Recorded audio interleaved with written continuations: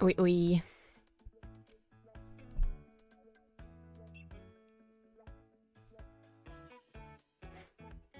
Hello, Bill. Hello, hey Faelie. Bloomies, can you hear Faelie? Okay. Hello. Say something, Faelie. 1 2 1 2 test. Okay.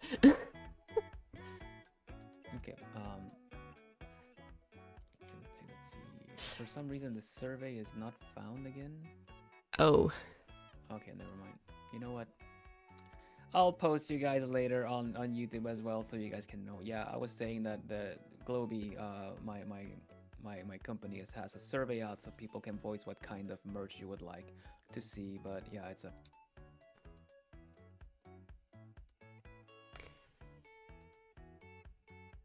Yay. Okay. Hello Plumies. Hello Leafies. I'm also live on my side. My name is ᵃᵠᵃ. I am a forest spirit VTuber. Used to be a Nexan in Nexus. Now an Xan. Oh, that's what you guys said. That's why you call your guys Xans. That's very funny. Yeah. Do you want to introduce yourself, Vil, from my side? Of course. Hoot hoot everybody, hoot hoot. I'm Vilhelm Vanderbos, the noble owl of Globy Generation 2 Equinox. I am an artist, I'm a cozy gamer, I play puzzle games, and yeah. I do other cozy stuff. Cozy is my game, I guess. It's really nice to meet you all if we haven't already met. And yeah, it's really fun to be here and hosting also hosting Faelie to draw together today. Yeah, thank you so much for hosting. I'm very happy. He's quiet, they say. Yeah. Well, my chat say I usually scream in lowercase, so I don't think my voice per se really helps.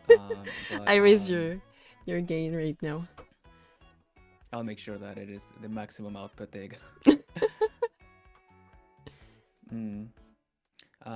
Today on my end, Plumies, you are welcome to ask art-related questions that both myself and Faelie can answer if you want. I will also be asking Faelie some general questions about how she's gotten into drawing and things like that. So, yeah. Yes. And same goes for the Leafies. If you guys want to ask art-related questions to Vil, go ahead. And yeah, we're gonna be chilling, essentially. Yeah, basically. So because of our emergency solution to the whole thing, it's you're gonna see a little bit of artifacts around Faelie on her side of the screen, but it's fine. It was very scuffed. It was very scuffed. I was a little bit panicky. I think I just did, saying I was nervous and everything. It's all good. It's all good. So yeah, I was thinking. I suggested today we draw chibis of each other, while generally just talking and maybe answering some questions, and kind of stuff. Am I gonna get interviewed again? No, it's not gonna. I don't want it to be. I don't want this to be like a very interview way. I just kind of want to cover things both from my own sake. I want this to be an opportunity for the Bloomies to get to know me too. Yeah. So it's like I said, it's gonna be generally I guess art related, classic stuff. You know, why do you draw? What do you like about drawing? That kind of stuff. So we'll get started on it soon. So yeah. I'm very ready. Yeah. All good then. Chibis. First of all, how comfortable are you drawing chibis? Relatively comfortable. Nice. I am very so-so. Big head, tiny body. Big head, tiny body. Yes, definitely. I believe that is the approach that we should take. Let me have a look. See here. How do you start with a chibi? Just a big head?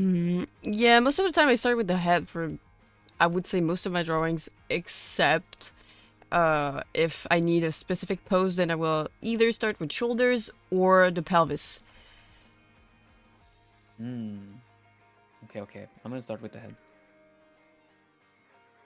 Let's see. My gosh, everything is. I'm trying to find my bearings. There you go.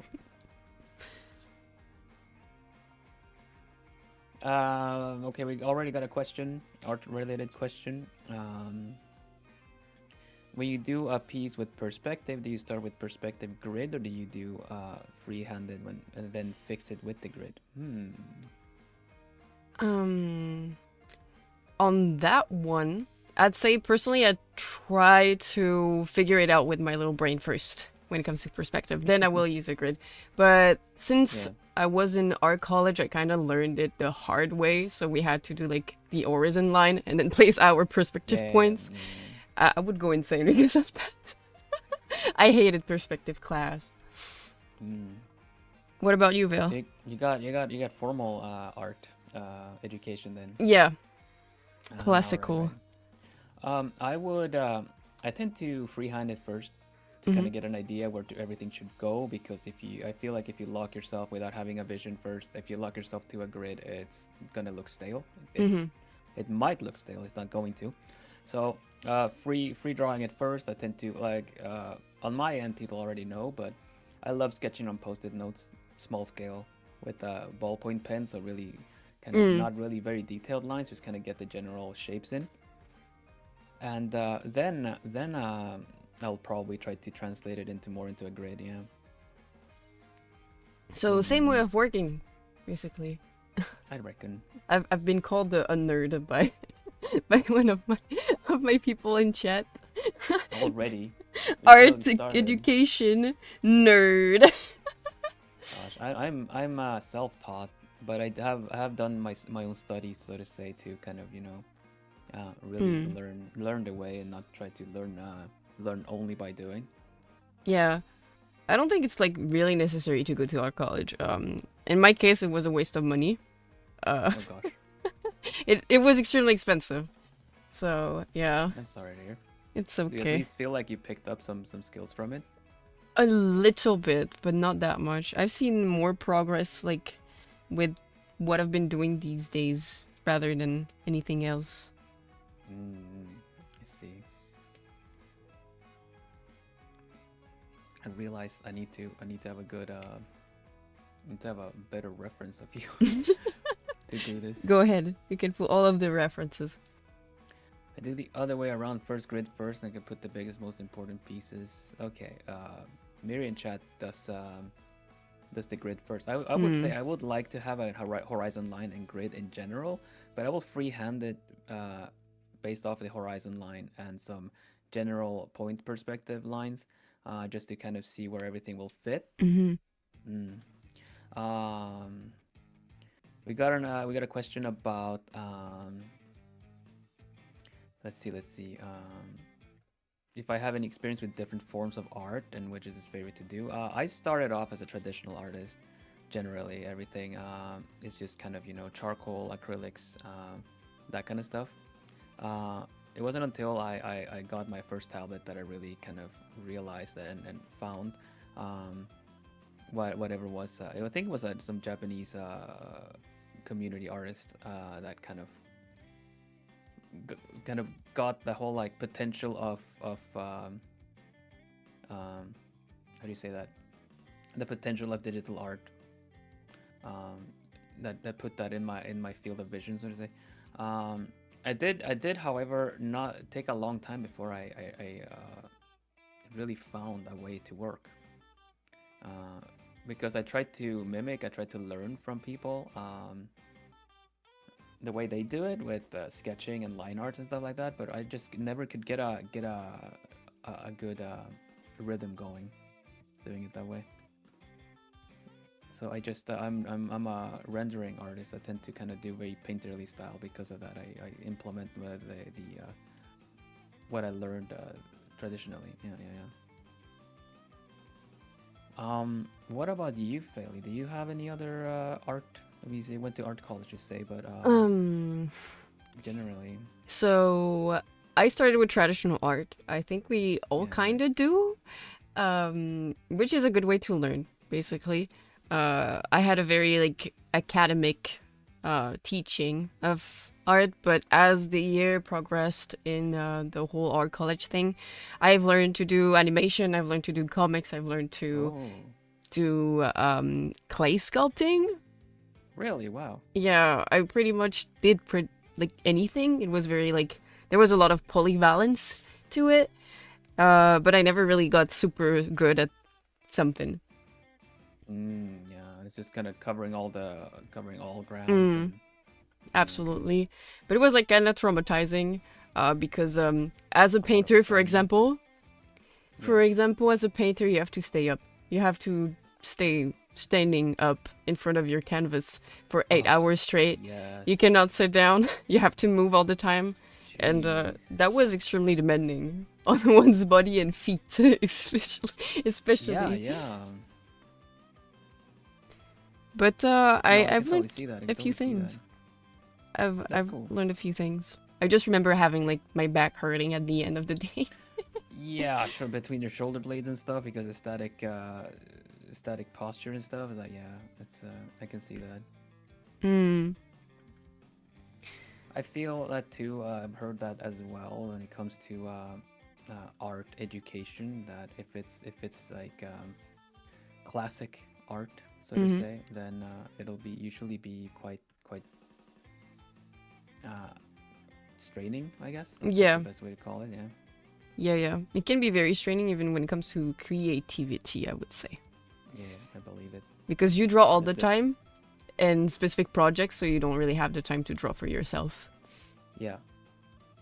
It is in a crash course, but it really feels like a crash course, I believe. Yeah, like constantly having to work towards projects, and so you never really get a really chance to take in what you learned and stuff. Yeah. I had one teacher though that was like always telling us when we had like breaks, holidays, to not touch a pencil at all. To have like our brain kind of like take everything we learned in and really not do art for like a whole week at least, and then start working again. Right, let it kind of simmer and register. I understand that. It's a really harsh way to say, especially in an educational area. Yeah. It would be different if it was an atelier. Yeah. Where you're kind of like essentially not a student, but like almost like an intern being taught by a math. That would be different then, but in an academic situation, that's a bit harsh. Yeah. I feel. It is. It really is. I cannot even deny that. I do have a question for you though. What got you into art? What got me into art? Well, the short answer is video games. Basically because of just the really cool characters. If I was an owlet today, I would see something like Genshin Impact, and my eyes would go like, "Ooh, that's so cool! Like I want to learn that. I want to draw that. I want to draw cool, pretty, cute, cool characters like that, you know." And basically like that. Let's see the also like what kind of got me into drawing, wanting to learn how to improve drawing, to starting to see things as, you know, anatomy, structure, and that kind of stuff, was actually finding a really old book at some kind of at a hobby store on a school trip a long time ago. It wasn't a new one. It was it was published quite a while back. It taught manga drawing. Was a Japanese published one. By a mangaka, I suppose, and they kind of talk about everything that is traditional art, how you build structure, and you kind of, you know, count out the heads, how many heads a body has, the classic circle with a cross in it, you know. Yeah. All those things kind of really, because I remember picking it up and was kind of like, oh, what is this? That's cool. How to draw manga? I want to learn to draw manga. And it was more like I was kind of expecting this, because there are a couple of those books that made the rounds in Europe, as far as I know, and they weren't really that good. Yeah. I remember those very well. Yeah, but this one was life changing for me. It's a very old one though. It's just straight up like How to Draw Manga Volume 1 or something. But it was fun because it was made in a way where you follow characters from start to finish, almost like a story, and they're kind of teaching you the different parts of making manga, Japanese style. So it was very inspiring because I remember reading it back and forth and got me really inspired to want to try and draw and learn. And bit by bit, you know, it kind of just started practicing more with poses. I could not figure out folds for the longest time. That's so Um, relatable. yeah, hands were terrible at first too, and now I really love drawing hands. But yeah, it's you know, the classic stuff. Yeah, That's absolutely. that got me going. That got me started. And then with digital art, it kind of really opened up more of a like, oh, what is online? What is happening? You know, that kind of stuff. Posting on art online and seeing other people's art online. Because when you're like in a when you're not really uh, you don't really have eyes open for it. You don't really like really realize that. I don't know how to explain this. Like when you look at when you're young and you see video games and stuff and the illustrations for that, it really takes a while before you connect that that was drawn by someone. You know, that it Yeah. wasn't just this kind of some otherworldly professional person that you know only exists in Japan or America or somewhere higher up. It's like, Mm-mm. no, that is actually someone that learned and got hired. Um, so that was a pretty cool thing. That's like, oh man, I could learn how to draw that. You know? Yeah, yeah, yeah. I see absolutely Yeah. what you mean. How about you? How about you? What got you into? I kind of always was an artist. Hmm. Basically, Mamali and Papali both are artists. Mamali like to paint a lot, and Papali is was a musician. So I kind of was like always Hmm. into the artsy type of stuff, but I really started picking up paint because Mamali pushed me to draw stuff, and Oh, that's nice. it became an outlet to pretty much any emotion that I could feel, Yeah, of course. and I kind of like learned to draw on a whim. Usually, that's most artists that I've known of. How I started to learn to draw was by tracing. I know it's bad, but it No, no, no. I actually mean is that's useful. same here. That's same here actually. It is actually useful when you start if you want to like pick up on a certain style. That's something I've noticed. It And is, yeah. what pushed me to draw anime style, to be exact, was Magical Girls. One of my Ooh. first anime, apart from Detective Conan, was Tokyo Mew Mew, and I Tokyo started Mimi. drawing. Ooh, okay. I started drawing because of them, Very basically. colorful and cute, and the Hmm. frilly dresses. Yeah, I can see that. Cat ears, I guess. Cat ears too. Yeah.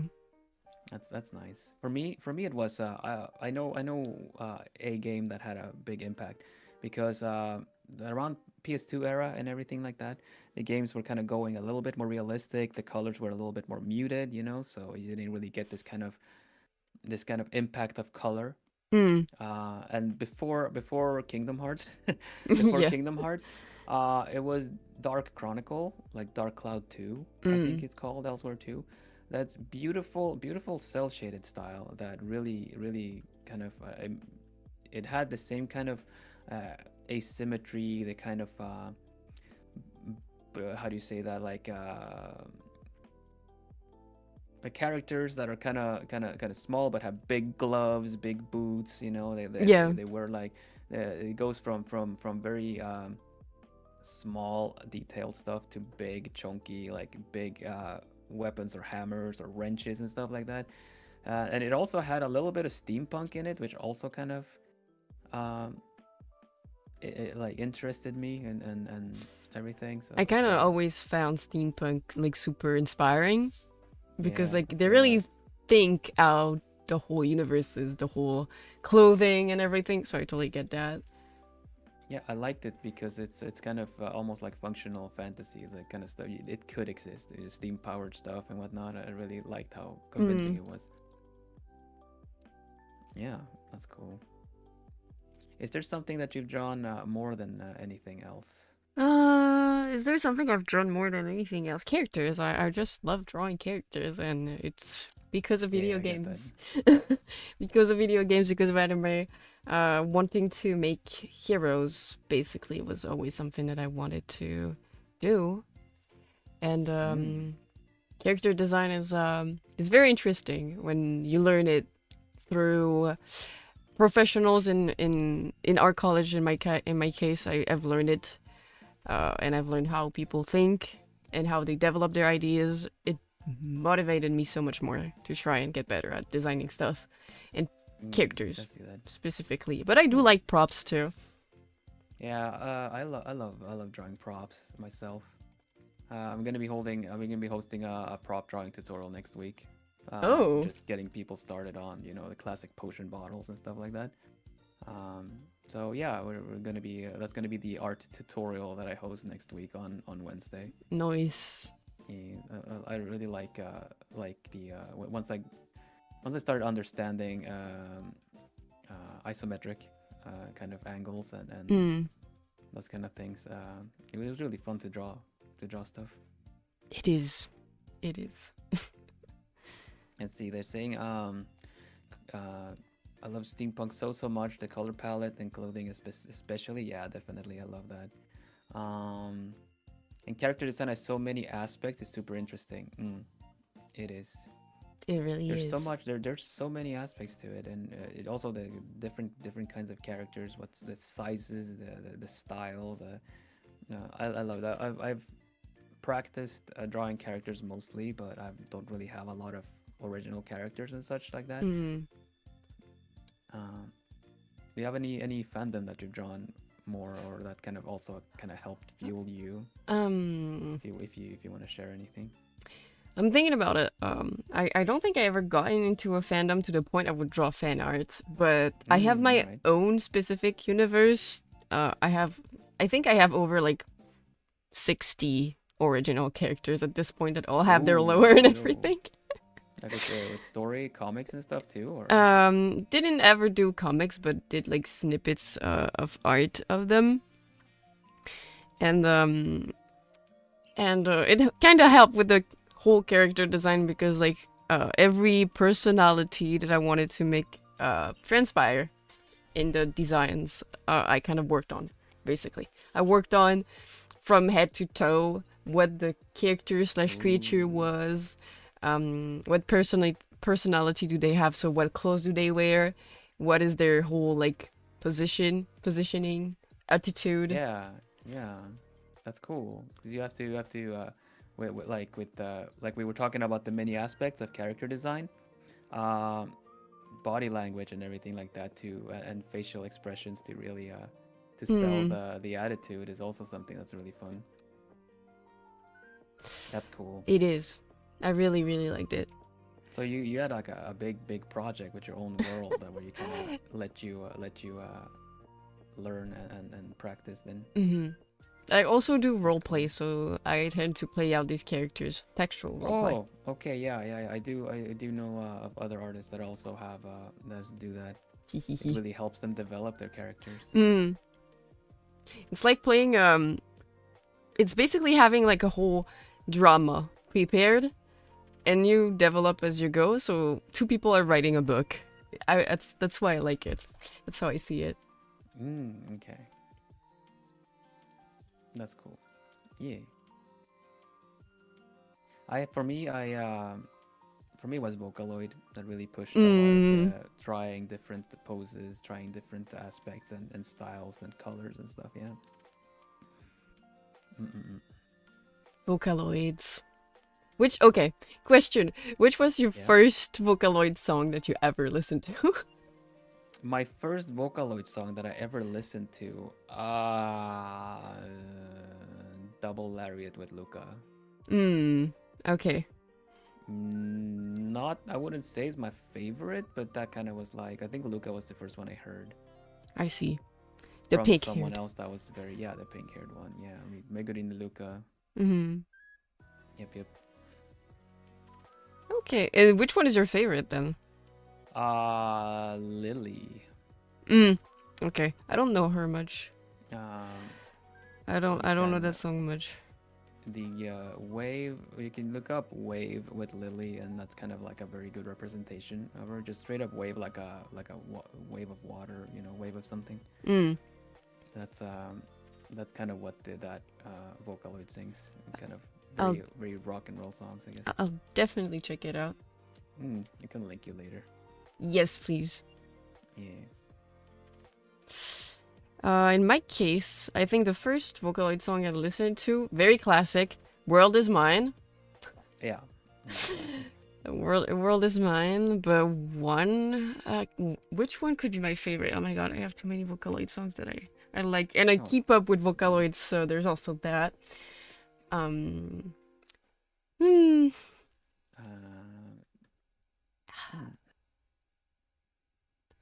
Just not. How about not all-time favorite, but just one that you really like? Then you should. It's kind of easier to pick than pick favorites. yeah. I need to find it's a super long title. It's a super long title, and it's pretty old now. I need to find the title again, but basically, the song tells a story. It's with Rin and Nen, where Rin is a crane that gets helped by Len, that is like a villager. She turns into a human. She marries him, and then he gets sick, and she starts weaving her feet, like her feathers, to try and make something to get basically money and heal him, buy medicine and heal him. Oh. But it's very sad. In my chat, they know it. You might know it. Might know it. They do know it. Like I know that one is the Tenchi one. Oh my god, what is it called? Yeah. It's sad. It's so sad. Ochu might know it as well in my chat.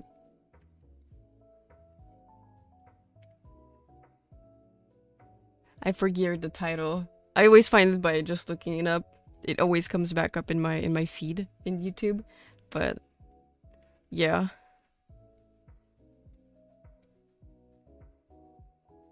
I'll find it, I'm sure.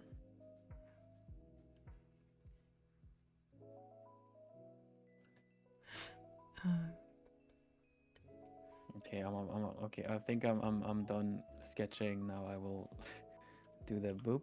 There we go. I gave you very big eyes. Wait, let me open up my eyes. Looks accurate to me. Someone in my chat said that they tend to roleplay with characters that they make for games. Like they pick the background and they will push out the lore even more in their mind. It's kind of interesting because like that's what you can do in Baldur's Gate 3. I've been playing Baldur's Gate 3 a lot, so I will be bringing up this game that I am getting addicted to slowly. I believe it's very easy to get addicted to that one. Yeah. Yeah, so much stuff to do in this game. Yeah. Feathers Across the Seasons is yeah. Maybe that Yeah. there you go. That's the one. It's the one. When you said about Rin and Len, and then one like Rin being a bird and stuff like that, it just made me think of this song. It has a bit of like a folklore style singing. I really like that one too. It's Soleil. Oh, yeah, I know that one. Yeah, it's pretty. I like that one. They make such adorable songs, but they also make super sad songs. And yeah, I kind of joined the Vocaloid fan base when there was like the whole horror stuff too, if you remember. Right. Yeah. Mm. Yeah. They I think that's kind of the draw of it. The fact that it's kind of you get invested in the characters and the people that the composers tell such emotional stories with the songs. Mm-hmm. Absolutely. We get attached. Yeah. They really did a good job. Oh, I remember this song too. It was really good. That's also pretty tragic. Mm-hmm. Yes.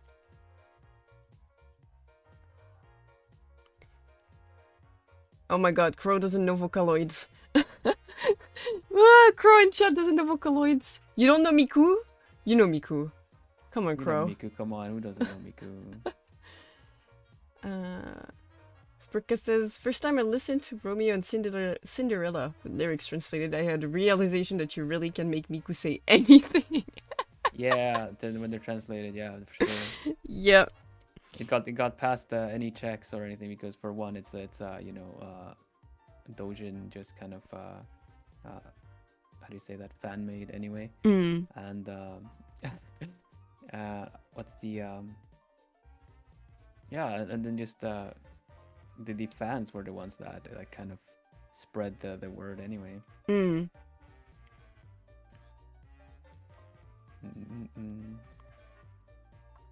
Yeah, one of the songs that I was kind of found very obnoxious early on, because we're talking about Supercell with the World Is Mine and that kind of time, is that Wowaka was my first album. Yeah. I was about to talk about it. Yeah, the what is it called again? Unhappy Refrain, yeah. Yeah. The Ura Omote Lovers I Love. Yes. It's like it would replace morning coffee for me, essentially. It just makes me happy. It really boosts me. I can understand why. In my case, I think I see it a little bit in a darker way, definitely, because of the lyrics. Yeah, of course. I just thought it was cool because it's just kind of really hectic, high-paced song. Yeah. Just really kind of shines to the strength of Vocaloid. Yeah, but I really like Unhappy Refrain. Like, Yeah. the songs in the album are absolutely amazing. Yeah. That's to this day, that's one of the albums I would love to own still, even though I don't really have anything that, maybe the consoles that play music, but I do have like a couple of the early albums that I really liked that I had digital, but once I was able to go to Japan, I tracked them down to actually have a physical copy of them. That's so nice. So I do have a Supercell one, but I do not have a Unhappy Refrain. Someday, maybe. One day, I will manifest. Thank you. Let's see. The creepy but beautiful songs were very interesting to me. That's what drew me in, says Natsu in my chat. Alice Human Sacrifice, for example. Oh yeah, I remembered that one very well. I was kind of very much into it. I kind of like the Madness of Melovania, I think it is, with Gakupo, that steals women. Yeah, basically he lures women with like some sort of magical power to his mansion, and and basically it's all of the women that starts disappearing until there's a guy that comes in to pretend he's a woman and kill the Duke. Oh dang. Yeah. It's a full-on story in that. That's kind of what I mean. They really sell the whole premise and story when they do the whole. They really do. I think it's cool. Creepy but cool. Oh, you have your question. I cannot see your ponytail. How long is it? How long is my ponytail? Yeah. It's a bit less than well, let's see. In between your shoulder blades? No, it's lower than shoulder blades. Lower? So above the shoulder blades? Bottom of the nape of the neck? No. I mean it goes lower. It goes lower down my back, but it's not just a bit further down than the shoulder blades. Okay, so almost mid back. Okay. Almost mid back, I would say. Thank you. I needed it for my chibi. Oh, for your chibi, there you go. Yeah, it's not very noticeable, the fact that I have a ponytail. Yeah, you would imagine my hair if I didn't. It just looks like I comb myself by putting a fork into the wall outlet. Pretty much. I wonder how it looks like if it's like untied. You and many other people, I'm sure. There is a picture done from I would say my community, but it's actually ᵀᶦᵖⁿ in my chat that drew, because they wrote a really lovely little story about kind of the day owl waking up and getting started with my day. So Yeah, I would go ahead and say that Miri is like the resident expert on everything Drawingville. So of course that is the one picture with my hair down just waking up, just kind of in the morning. Mm. Mir is a very good artist too. I remember Miri is a very seeing good artist. I remember seeing pieces of art everywhere. Mm.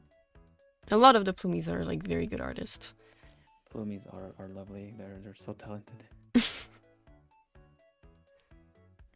Someday they're gonna be all like, "They'll teach us something." I'm gonna be like, "Oh, I think it's time you teach me, Plumies."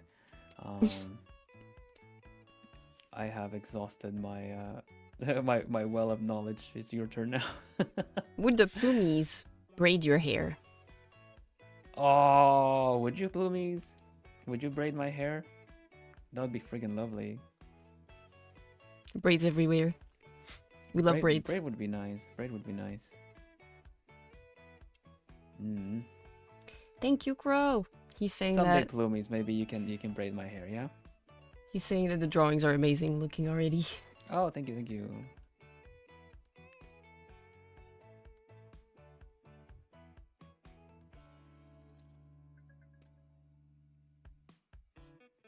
Let's see. I'm just like trying to capture your likeness. Hopefully I do. Hopefully it's in the coloring as well. Just color pick me. That sounds weird. But that works. Color pick you. I guess so. I should be able to. Oh yeah. Speaking of, how do you get started on a picture? How do you approach starting a new picture? Do you plan it? Do you kind of just have something in your head and you kind of go with whatever happens? Okay, so it entirely depends on what I'm gonna do. If it's like something that I need to do for a friend, if it's something that has been commissioned because I have taken commissions before, Okay. if it is something for myself, it really depends. So if it's something that is for myself, enough. usually it comes up randomly because of songs. Music Yeah, I get that. I totally get that. is such an inspiration for a lot of things. Yeah, So and I get then triggered you can listen to the song and tap into that inspiration again, right? on loop. Exactly. Song on loop. Yes. Yep. The song on loop Totally forever. Get that, totally get that. Until I'm done with it. Until the picture is out. Yeah. Yeah, literally. Literally this. Because there's that, because like song just triggers something in me when I want to draw specific of like certain characters that I have in specific situations. Then commissions, I will listen to what the person wants. Makes sense. Try to Yeah, work of up course. a composition, send a sketch, see if they like it, and Yeah. that's it. And then I will tweak it. And when it comes to things for others, I try to take into account their personality and what they would like. Essentially. Yeah, like a gift for someone else, you mean? Yeah. Or something like that, yeah. Yeah. Because most of the time I do art as gifts for people. Yeah, I get that. I would always joke with other people, kind of, that say that maybe they don't draw or something. At the fact that you can still get away with drawing a drawing like as if you were a kid, Mm-hmm. Kind of here, mommy, I made you a drawing, You can technically still do that since the ability is still there. Yeah. And pretty good, yeah. Mm. That's cool. I like how you have different approaches for different things that you do.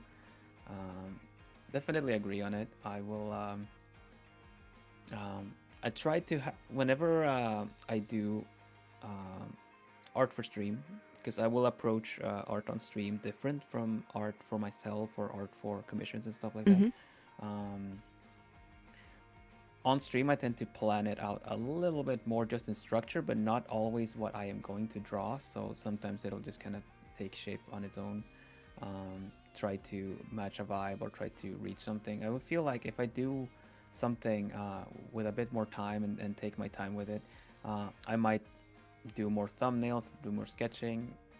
Because for instance, now I did the chibi, I just kind of went with the first idea and drew it out. But maybe if I were to for some reason submit this to something or someone for evaluation, then I would probably do a couple more sketches and see which one might look the best. That makes sense. But now that we're just kind of vibing, so to say, then it's not very sensitive on performing. So then it feels more relaxed. It's kind of like you say, it just kind of depends on what you feel like, or song, or vibe, or mood, or inspiration. Intense doodling. Kind of intense doodling, yeah, pretty much. Yeah, that's Go ahead. No, don't let me stop you.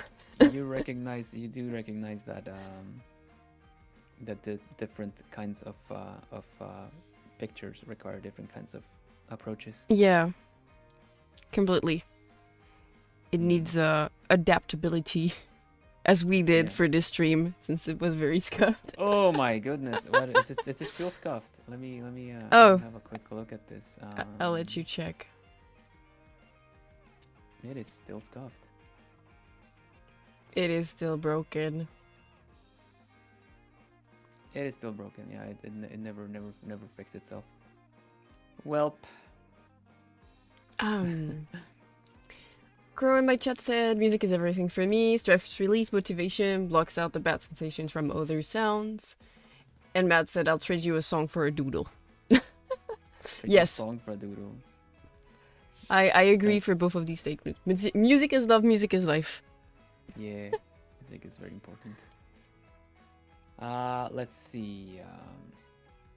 Question: when drawing a character for someone else, do you also ask for a mood playlist that the person associates with their character?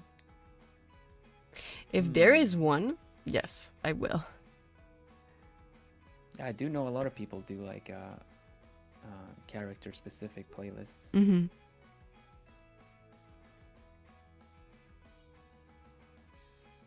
It's kind of funny though, because I think at some point they talked about maybe sharing something like that for us. The thing is, like, the music I listen to for myself is really kind of I wouldn't say it breaks character, because music is so personal anyway, but it might be a little bit not what you're expecting.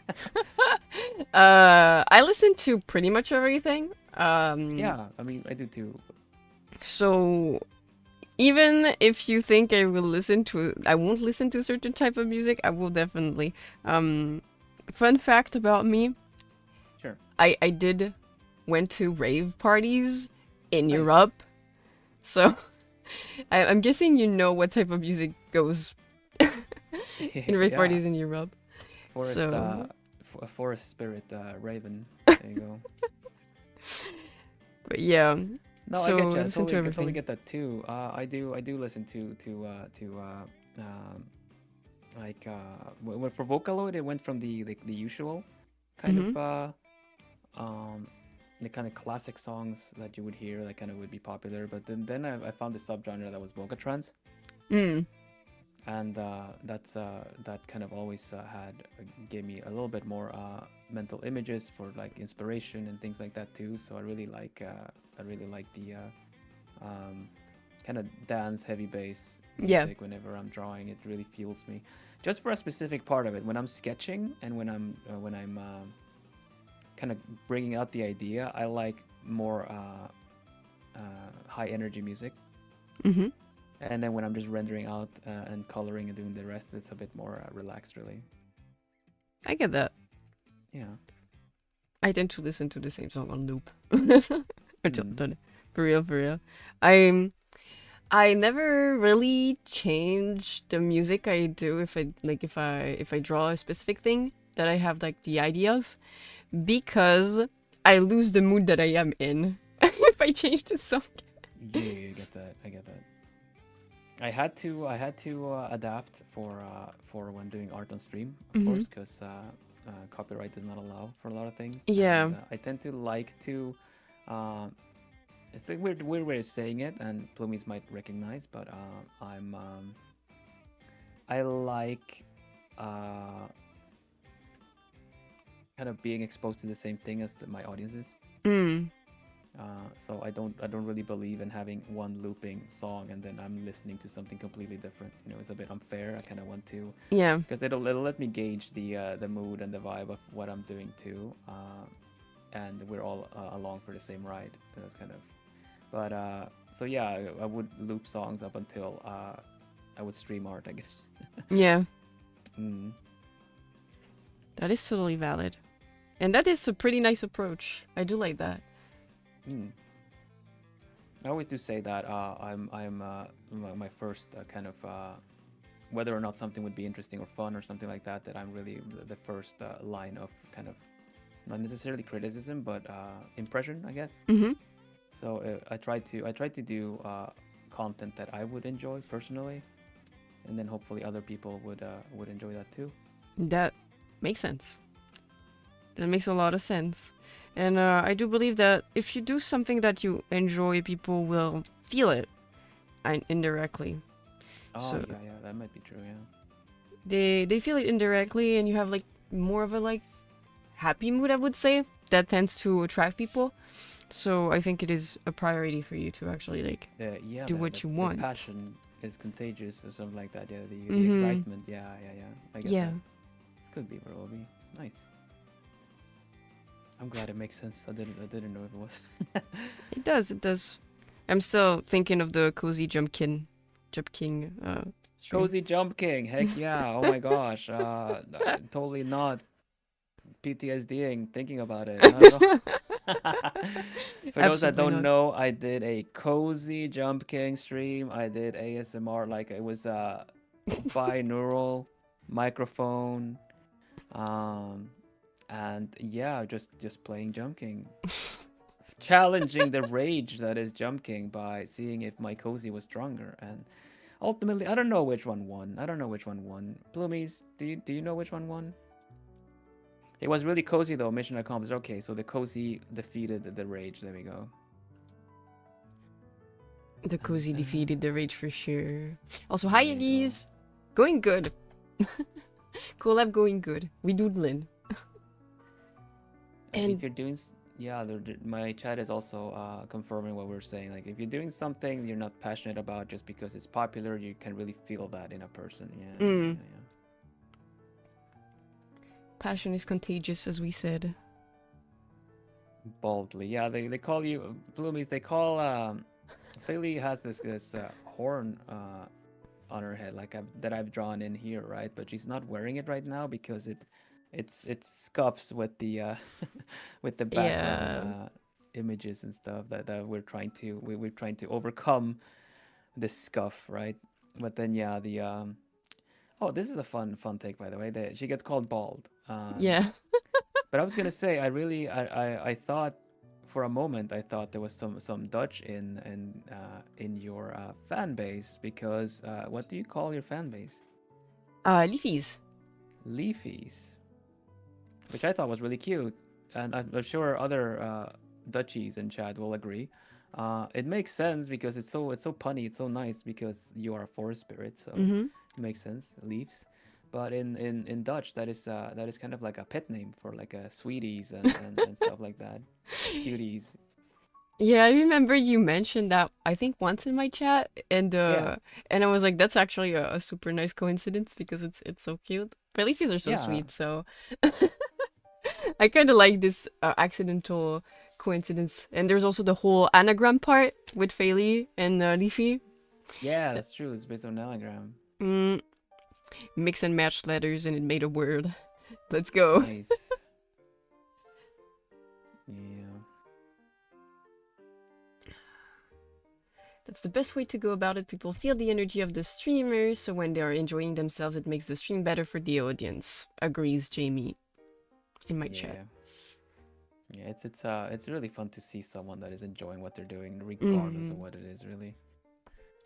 And it's quite, like you say, or like Joy said in my chat, that it's quite obvious when you're just doing it for because it's something popular that you maybe feel like you should be doing it and it's not really your thing. It's Yeah. kind of yeah.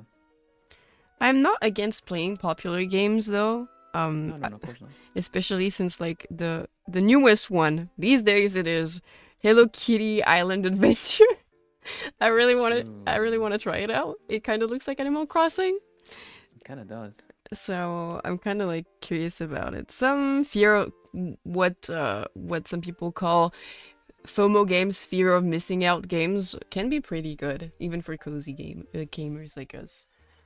Yeah, for sure. I feel that too. I'm a bit in touch of what I personally enjoy in a game, and sometimes it's like a bit of a shame that it doesn't match up with maybe what the audience might want to see. But I just kind of know that it's not really my cup of tea. Yeah. Um, Competitive games, for example.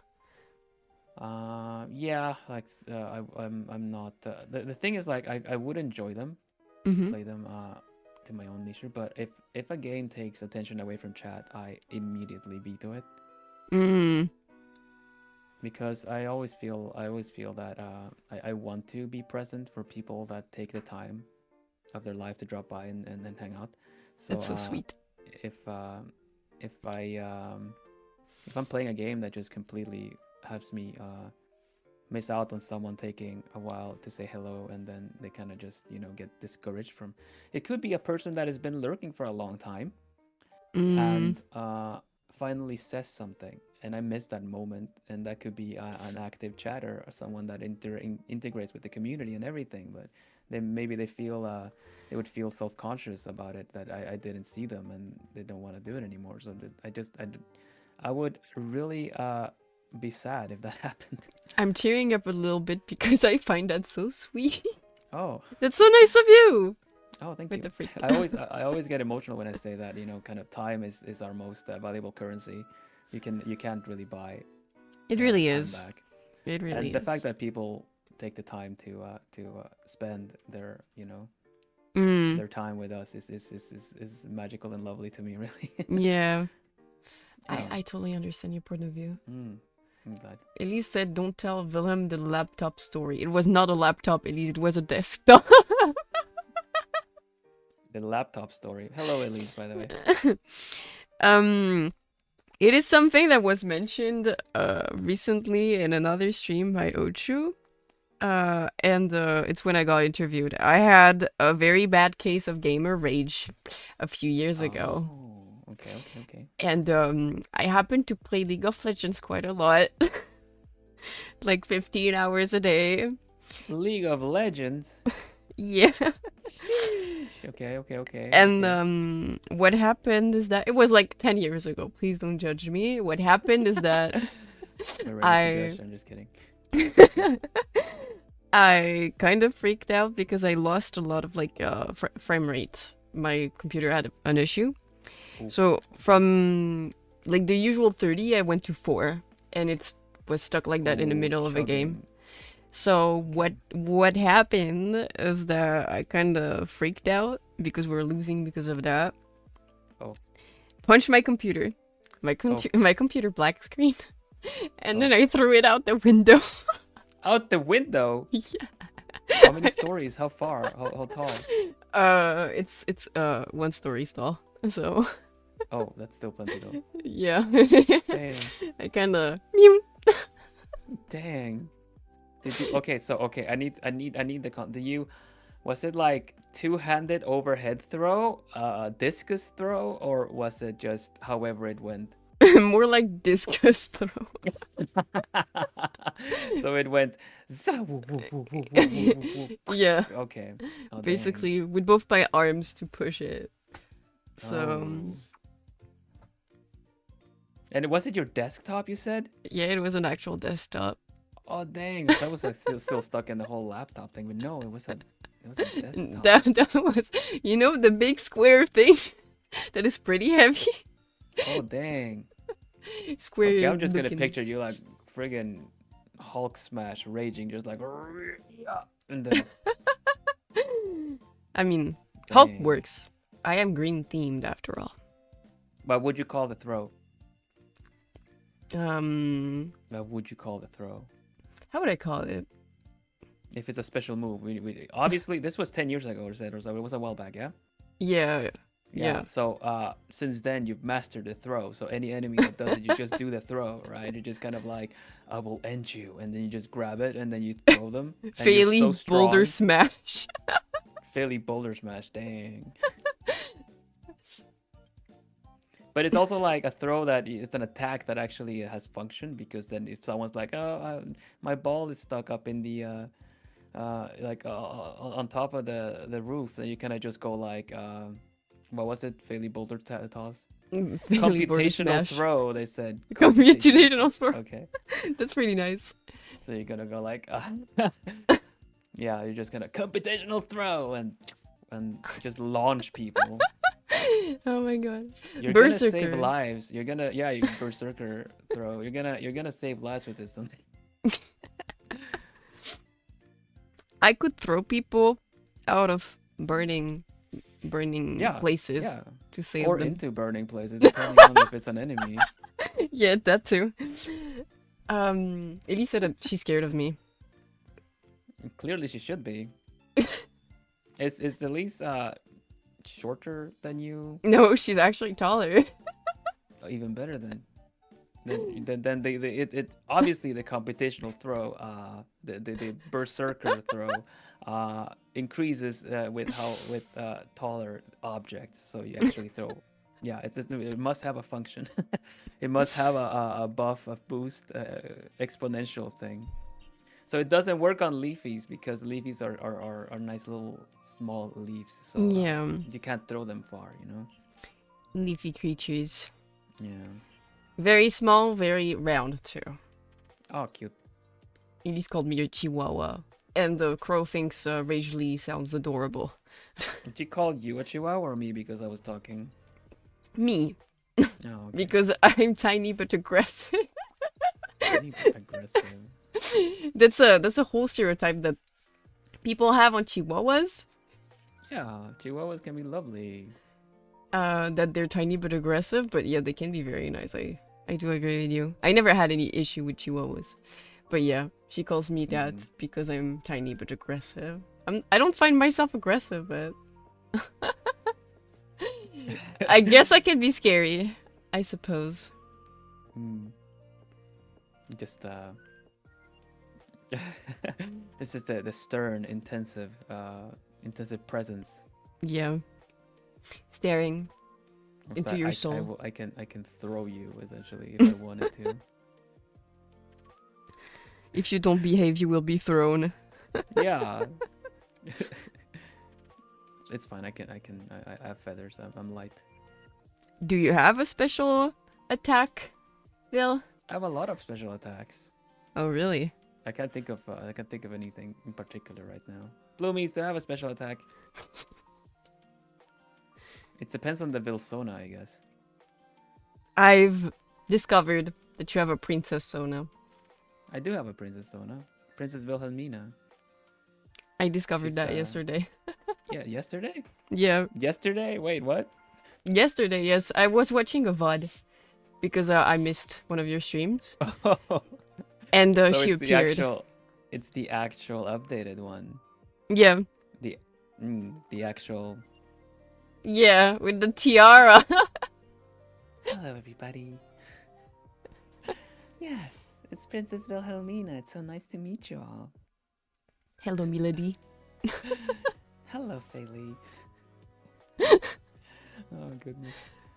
Yeah, that's true. I do have a Princess Sona. It happened when I was playing with ᵀᶦᵖⁿ a co-op game, and I figured, why go for the obvious? I'll play the prince, and she plays the princess. Let's swap the roles. And then Wilhelmina was quite harsh with the prince. Yeah. Okay, let's say let's see what we got. We got my sleep powder. I have a sleep-inducing aura. That's my special move. I guess I put you to sleep. Damn. And then the next strike is like 200% crit automatically because you're sleeping. Because vulnerable Yeah. state. Makes sense. Makes sense. They're just very, very, vulnerable state.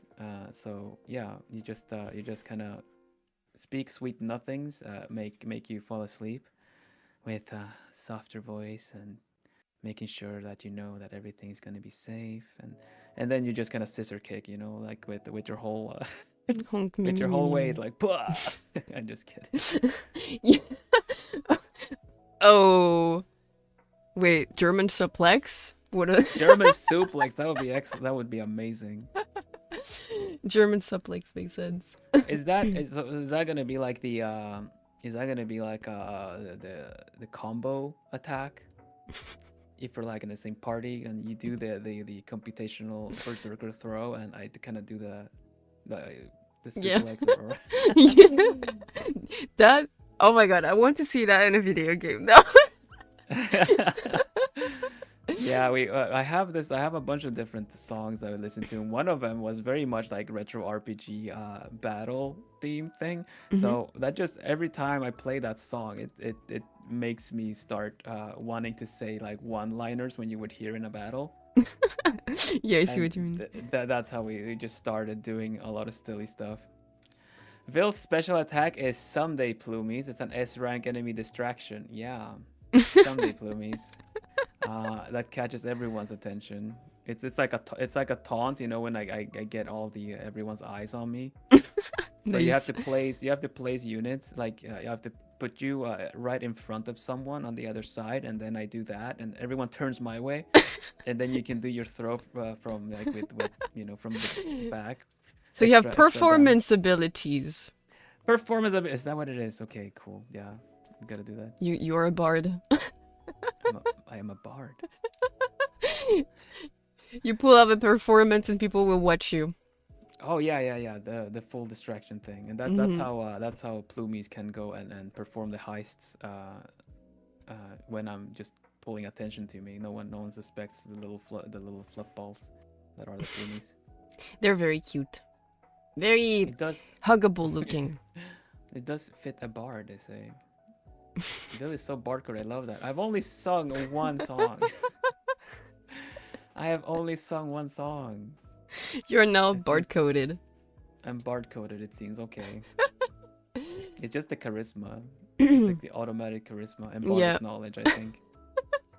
Also buffs and heals. Okay, I can see that. They are a support character. Bard coded. Yes, Jimmy, but it was so good. Oh, dang it. Okay, yeah. Thank you. Jimmy asked if I always get cuteness aggression. I do. Even on the Plumies, I kind of get cuteness aggression. Kind of want to me too. grab them and squish them a little. It's okay. They're little fluff balls. Yeah, they look very fluffy. That's why I like having that type of cuteness aggression. But sometimes I think I scare the leafies because of it. Because I start getting a little bit violent. I want to bite stuff. The clawy hands, like Yeah. the looming shadow. Literally. I don't know. I like cute stuff. It makes me go insane. Oh, Natsu and Chad is like, your art is your music. Oh, goodness. All right.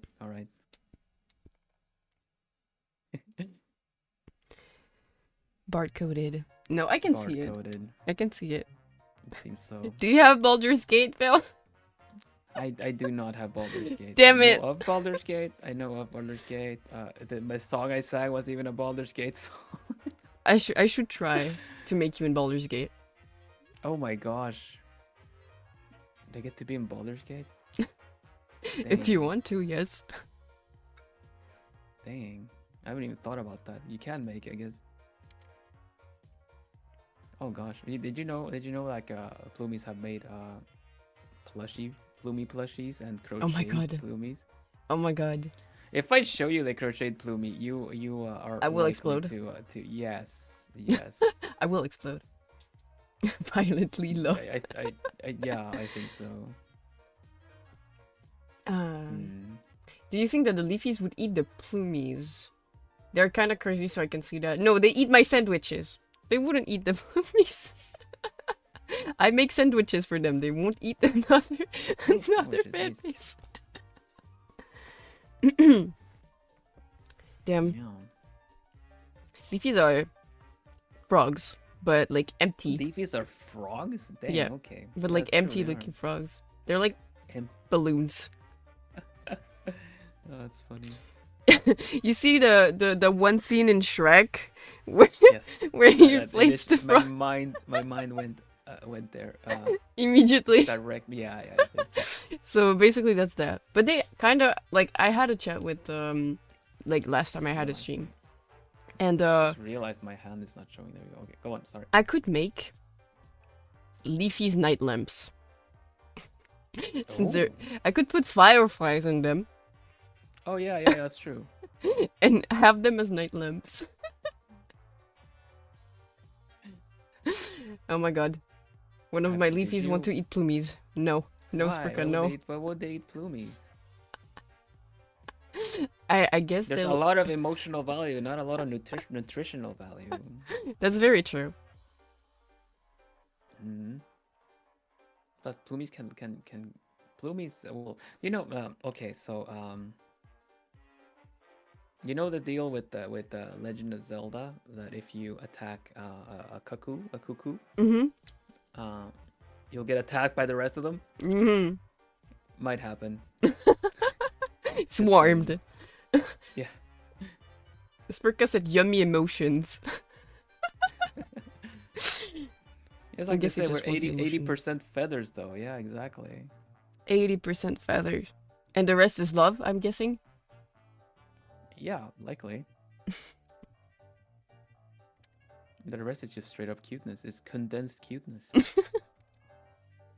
Oh my god. If I get a plushie, I will explode. I am tempted to see the reaction if I just drop the crocheted plumie. Just give me a mo.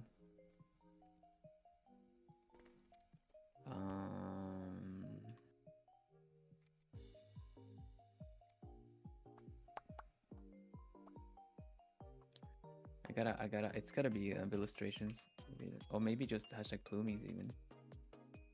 Plumies. Them plumies. Dun, dun, dun, dun, dun, dun. We got a lot of nice stuff. We got a lot of plume sonas. You guys, the plumies are not chicken. They're different than chickens. Stop thinking about eating them. Oh god. They're cute. Don't eat them. Vilhelm a bard, Faye a monk. So I will show it on my end of the art if you don't mind. Yeah. This was two plumies meeting and going to a Christmas market together. Actually, from from different countries, they met up. Here you go. Oh my god. This is so cute. Yeah. I'm gonna die. I'm gonna explode. One makes plushies, the other one crochets, and It's so cute. They're plume sonas. It's their plumies. It's so cute. Yeah. It's adorable. It's adorable. I love it. Shout out to Not to Enjoy for being an adorable little craft project. Yes. Yeah. So And very talented. Very talented. Once again.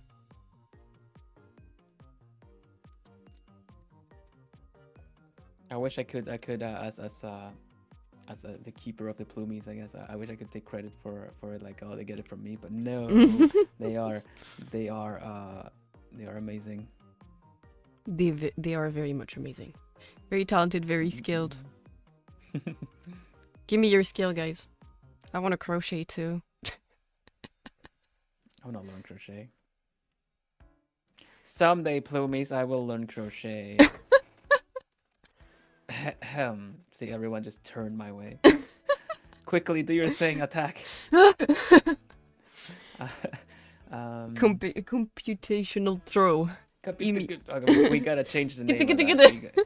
We gotta change the name of that. It's not working. We're stumbling upon over the name. Wait, let me roll a It's dice. I can see if I can yeet. success. Yeet! Yeah, the yeet works. I won't give you my skills, but I might give you my hand instead. Is that wait, do you Elise and you when do you complete the heart that Elise offers, or is it a thumbs up? It's a thumbs up. She does a heart, I do a thumbs my up. God, I do the heart, she Elise do a thumbs up. Elise is your Ambrose. Yes. Actually, yes. Bestie energy, Absolutely, yes. but also thumbs up. I give her a heart sometimes. Oh, that's cute. Nice. I give her my love sometimes. Betraying me like that. It's part of the description, the position. Nice. So I happen to have heard. I also straight up confirmed by just talking to you, but I'm gonna be pretending like a little bird told me, even though it was you. You have a certain favorite game that might be Yes. also have a lot of small cute things in it. It checks out when the cuteness aggression, I would say. Yes. My favorite game ever. My favorite franchise ever is Animal Crossing. I have played Ayo. all of the games so far, Nice. except for the Japanese versions of ᵀᶦᵖⁿᵃ, the first ones, Yeah. because inaccessible super for me. early one, yeah. Yeah. Nice. I love this game so much. Mm-hmm. And I am a Tom Nook defender. Defender of the Nook. Yeah. I'm defender of the Nook. Everybody says he's stealing your money, he only wants your money, but I personally find Tom Nook to be very helpful and very nice. That's how he gets you, I guess, but it's okay. Yeah, but you know, he gives me a loan with no interests, and I can That's pay true. back. That's true. I can pay back whenever I want. If I don't want to That's pay back, true. I never pay back. No, And he that's very builds true. me a house. And also, he has a sad backstory. If you don't know about the Tom Nook backstory. I don't think I do. I might have heard at one point, yeah. He talks about it in, I remember him talking about it in Wild World with, what's her name? The eldest sister in the Able Sisters, the English name. Really? Basically, they liked yeah, each other. But Nook had to leave for the city. That's where he met, our fox friend. That's... Red? that, Oh no. Yeah. And they kind of hate each other because he scammed him, but he became very successful of a merchant.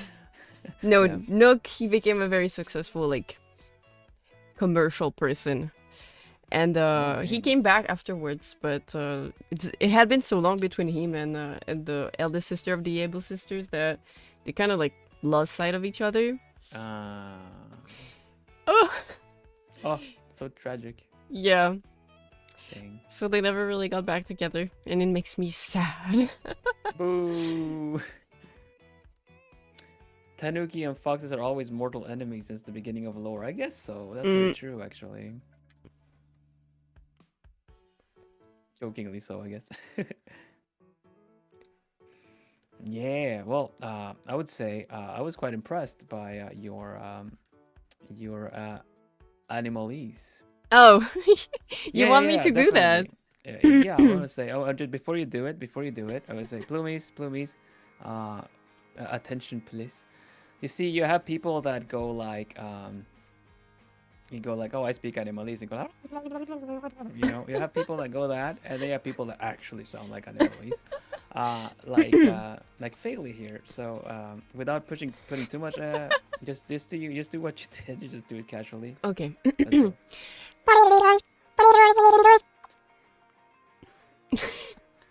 That's amazing. There you go.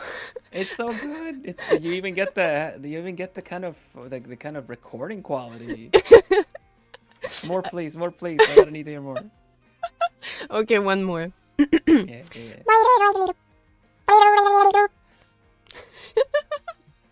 That's amazing. Elise, It is so good. Elise said, "I feel like you insulted me."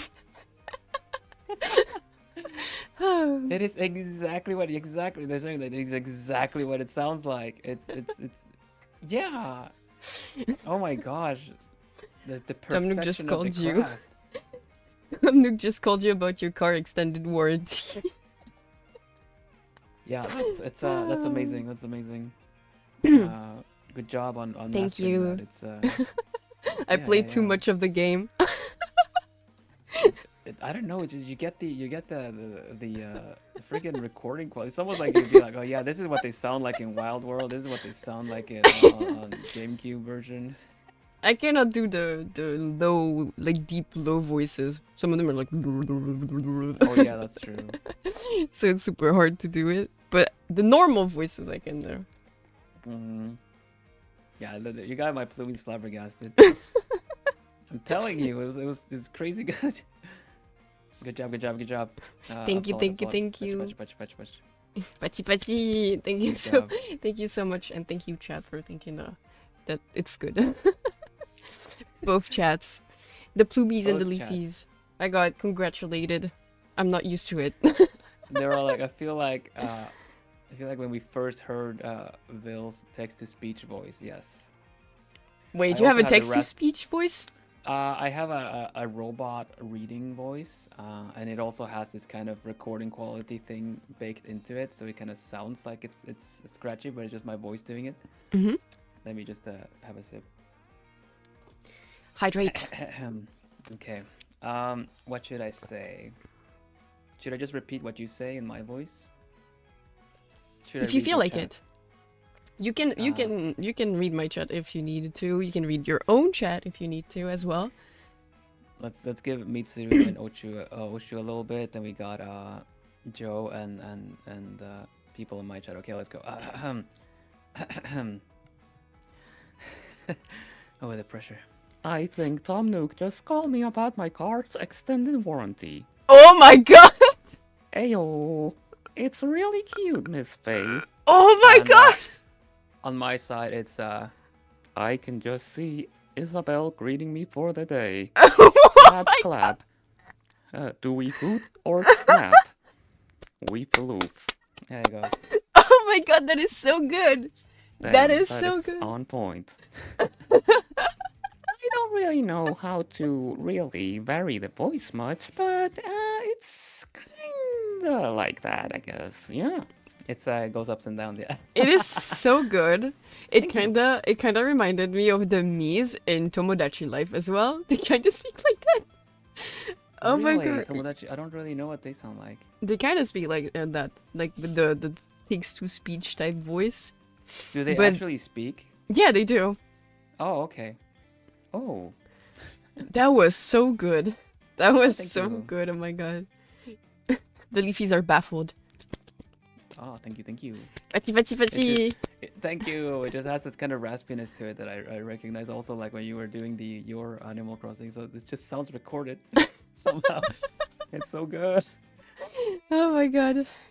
Too much skill. I am baffled myself.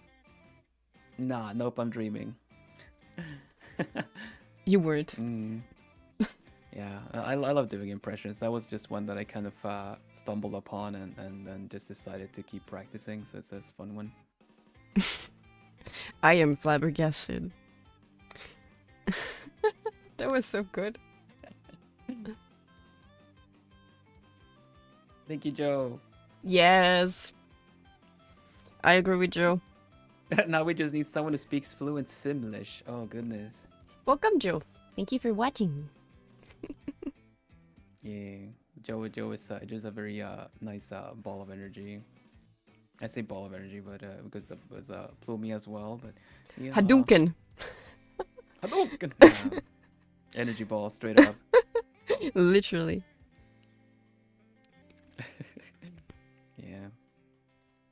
Yeah, I do like to act to the best of my abilities when playing games and reading stuff. The last series that we kind of finished up, season finale recently was Stardew Valley, where I did all the characters in Stardew Valley. Now I'm playing Undertale, which is also an interesting little game to voice. definitely easy enough to voice. Like there's a lot of lovable characters. It's my first time playing it too, so it's kind of fun to really experience all the characters and Have you been try to. enjoying it so far? Yeah, for sure. It's nice. It's last time I ever saw anything with it was like very long ago, and it's finally I'm really excited to finally kind of be experiencing what everyone's been talking about. Elvandi said something funny in chat. Vil could perform the perfect stream scam, pre-record him talking normally, and then him actually live speaking the robot voice for donos or some such shit, then reveal the gag. Well, initially, I my text to speech when all the donos and that I got, I did read with my text to speech voice. That's so nice. That was kind of the part of it all, which is kind of funny. Sometimes it would not work fully, but I try my best. Absolutely. I mean, that was some serious skill. Everybody says it, so. It's fun to do a softer one to make it almost sound like it would be a female represented text to speech voice as well. Almost Alexa, but I can't really do Alexa that well.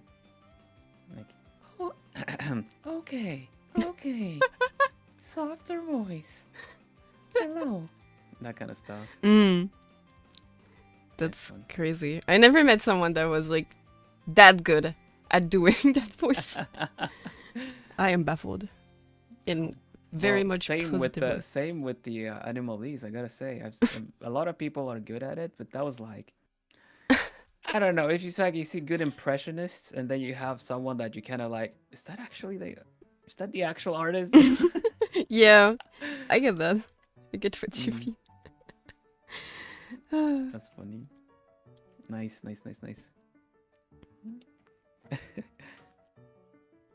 I love this game so much. Yeah, Animal Crossing is lovely. My favorite game is not it's colorful, but doesn't have a lot of lovable characters per se, unless you count the pieces. The Tetris is my favorite one, I guess. Is that your favorite game? Yeah, I believe so. Tetris. Wait, it's kind of competitive, though. Oh yeah. Oh, I am chill until block puzzles are involved. Then I become very competitive. I shall crush you. Type stuff. Trash talking, that kind of stuff, Oh yeah, gamer rage. Gamer rage. No, I never rage. I feel, but it's just kind of funny to put that in there and be a bit of a troll. Yeah. I see what you mean. Show her your clown nose. My clown nose. The sound. Oh. The sound. Honk. But you're telling me I'm not a clown, but the entire circus.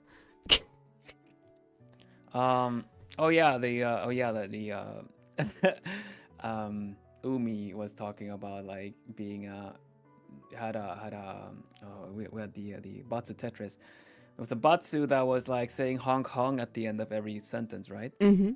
But and then I just did the sound instead, like that's just me doing it with my voice. That sounds pretty good as well. Damn. It's just a Plumie shouting like Natsu, being like, "Show her your clown nose." It's like Plumies. All right, we gotta impress the guest right now. So what should I do? Phil, show her your clown nose. That's adorable. Yeah, I thought you were actually going to pull out an actual clown nose. No, that's just me doing the sound. But the honking, I like it. I am practicing to do the whole, kind of low rider American car that does the La Cucaracha honk. But I am very far from doing it good, so it's a complicated I would say. I think so. I'll practice some more, maybe show it later on. Because I feel like that's the next step up, right? Once you got it, please show me. Okay, well, I need I'll to hear. send you a recording out of nowhere. You're just gonna get a recording and just gonna be like, yeah, and then you'll know I finally mastered it. Yeah. Imagine you go pick up someone and you pull this under their window. You just do the honking noise. Get in, loser. Yeah, exactly. Oh gosh. Pull up in the safest, kind of coziest looking car, but still do the whole like that part. I'll try. I don't really know which way to go to do it, man. That would be But hilarious. There was like a talk about, you know, when I did the robot voice and it was showing the different pitches of it, that like I could, if I ever do karaoke, that I could do like some Daft Punk songs because of the robot voice. If you know what I mean, like they usually have like a vocal synthesizer, so you can, and any artist that does like a vocal synthesizer. Maybe I should do some twerp or something. There's also another band that I like that does the robot voice, that kind of thing. Yeah. It'd be funny. Have you done karaoke?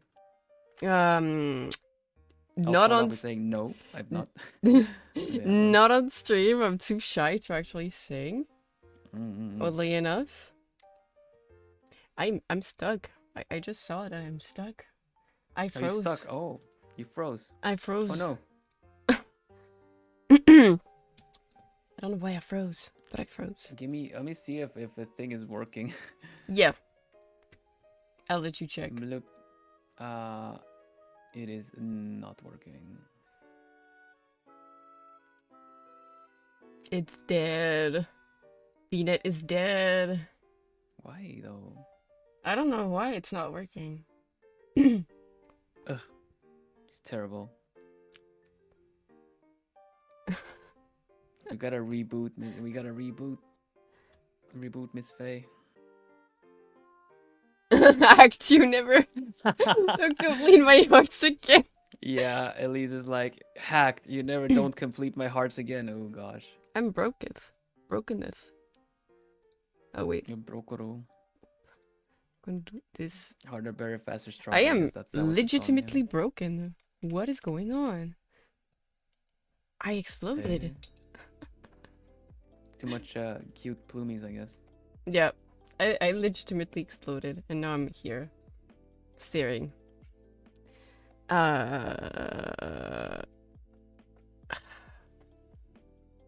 More scuff. Always more Yeah, the scuff. scuff has been so mean today.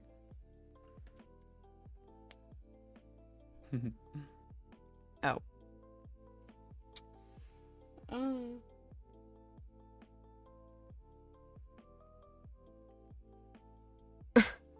Are you watching a clip or am I listening? I'm hearing stuff.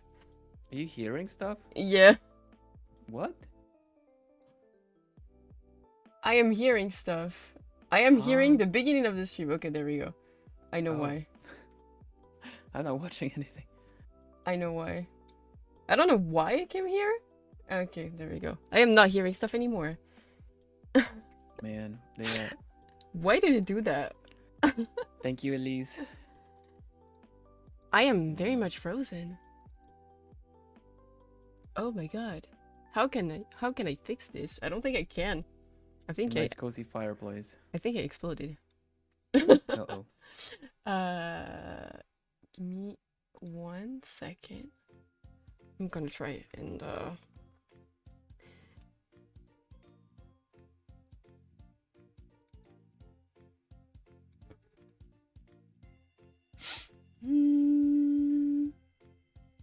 Is it your tracking that isn't working, or? it should be working, that's why I'm kinda confused. Kinda exploded.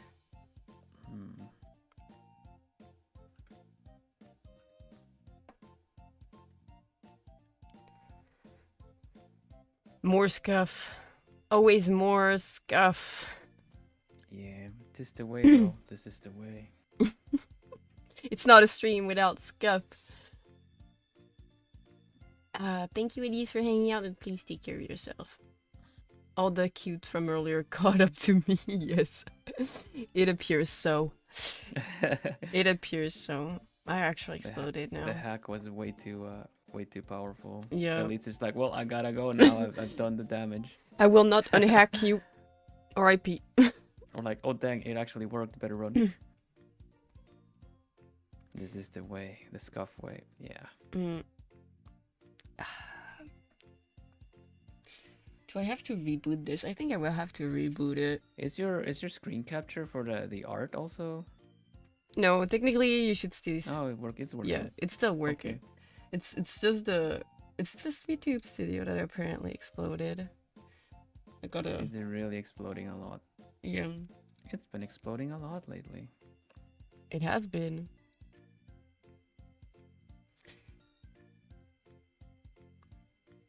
I don't know why it's not working. I don't get it. Why now? I told you I got cursed today. Tummy hard, then I slipped in my shower. Blue means you need to know I slipped in my shower. I almost died. And then the scuff. I'm cursed. Yeah, Faelie straight up just slipped in the shower and everything. It's just kind of been. I had to make sure that she didn't like slip on a banana peel or something and then fell or somewhere else. It just felt like everything is kind of conspiring against Faelie today. Yeah. They're asking if it's that kind of day, huh? Says Joe. Yeah, it is that like kind of day. You know that kind of day. Gosh. I'm trying to fix it, but what are the gosh, what are those cookies that are kind of rolls called that are kind of have a bit of filling? What are they called? I mean, there's a probably different brand name anywhere, but let's see. Okay, I should have fixed it. Not Oreos, they're like sticks. Yeah, you're moving, you're looking fine. Let's go. They're not roll cake, but they're just kind of sticks.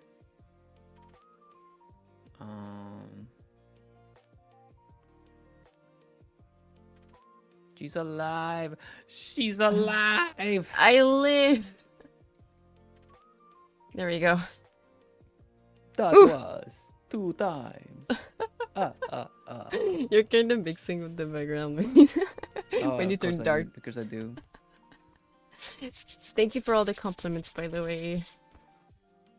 We're doing great art. Oh, nice. You say thank you for the compliments? Yeah. Dang. Dang. What? I'm being validated. I have to be grateful. Yes, I respect. I preach the say thank you you as well, rather than just reflect. Wafer sticks, yes, thank you, Natsu. Yeah, definitely wafer sticks. The only thing that I don't accept, it's depending on my mood. It's the cute one. When I get called cute.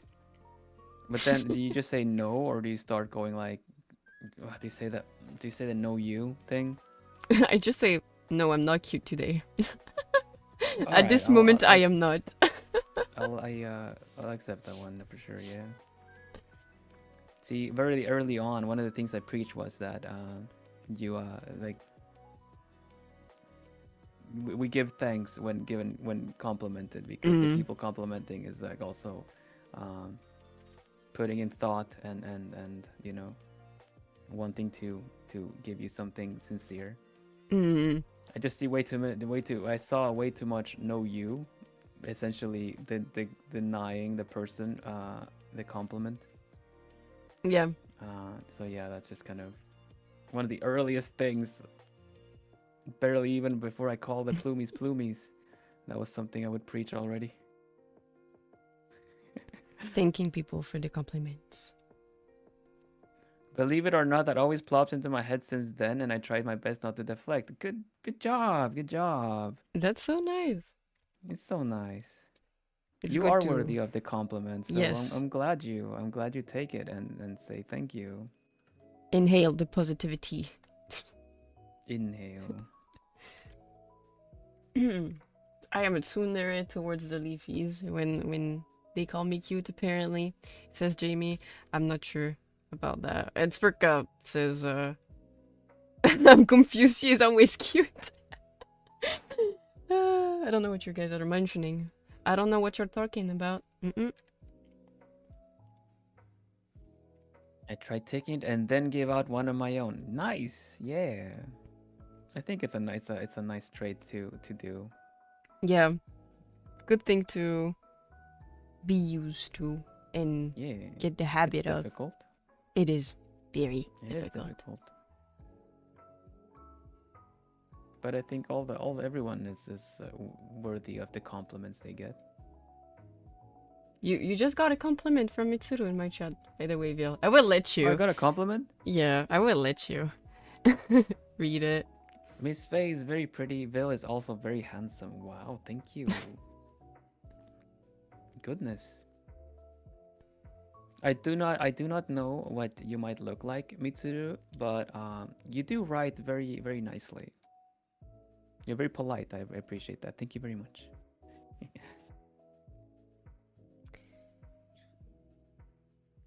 I am moving on to lining your front piece hair.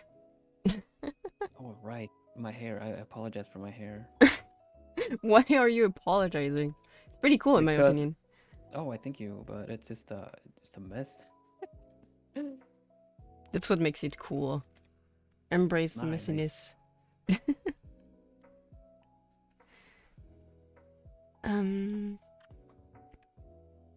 I need to have a sip of water. Hydration! After this cough.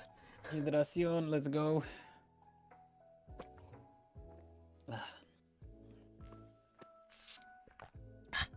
This hair, it's full of secrets. Oh, is it full of secrets? I don't know what you're talking about.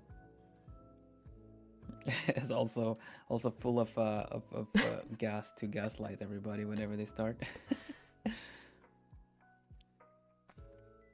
Oh, you're getting more compliments. Lining Vil's hair. Good luck, my friend, says Miri Mage. I See trust. if even Miri. I believe. I believe. You're getting more compliments in my chat. Oh, really? Yeah. Vil is the most polite VTuber that ever got lost into Faelie's chat. Got lost into Faelie's chat. Wow. I'll have you know, I am a guardian of the forest, and so I feel like getting lost in the forest is kind of. It makes sense. I guess on point. Yeah, it makes sense. I may add to the compliments. I will say Vil's voice is very soothing, very easy to listen to, nice cozy vibes like Faye. Nice, thank you. Everyone is saluting you. Like salute Faelie, our strongest trooper. Godspeed. Thank you. I salute you guys. Godspeed. 07. 07, yeah, they're all 07ing. They're doing Plume 7 as well. Plume 7.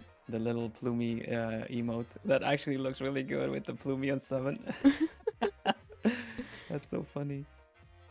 And thank you for saying that. I'm glad you enjoy. You think that I have a soothing voice. I tried really hard. I feel like this is kind of essentially my almost like a sales pitch that I do. But honestly, I feel like everyday life is quite stressful at times.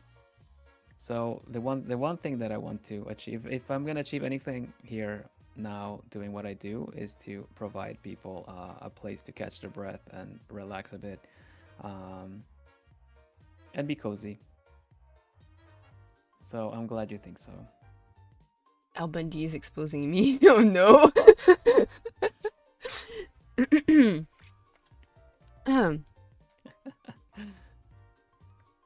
Sorry that I didn't see anything.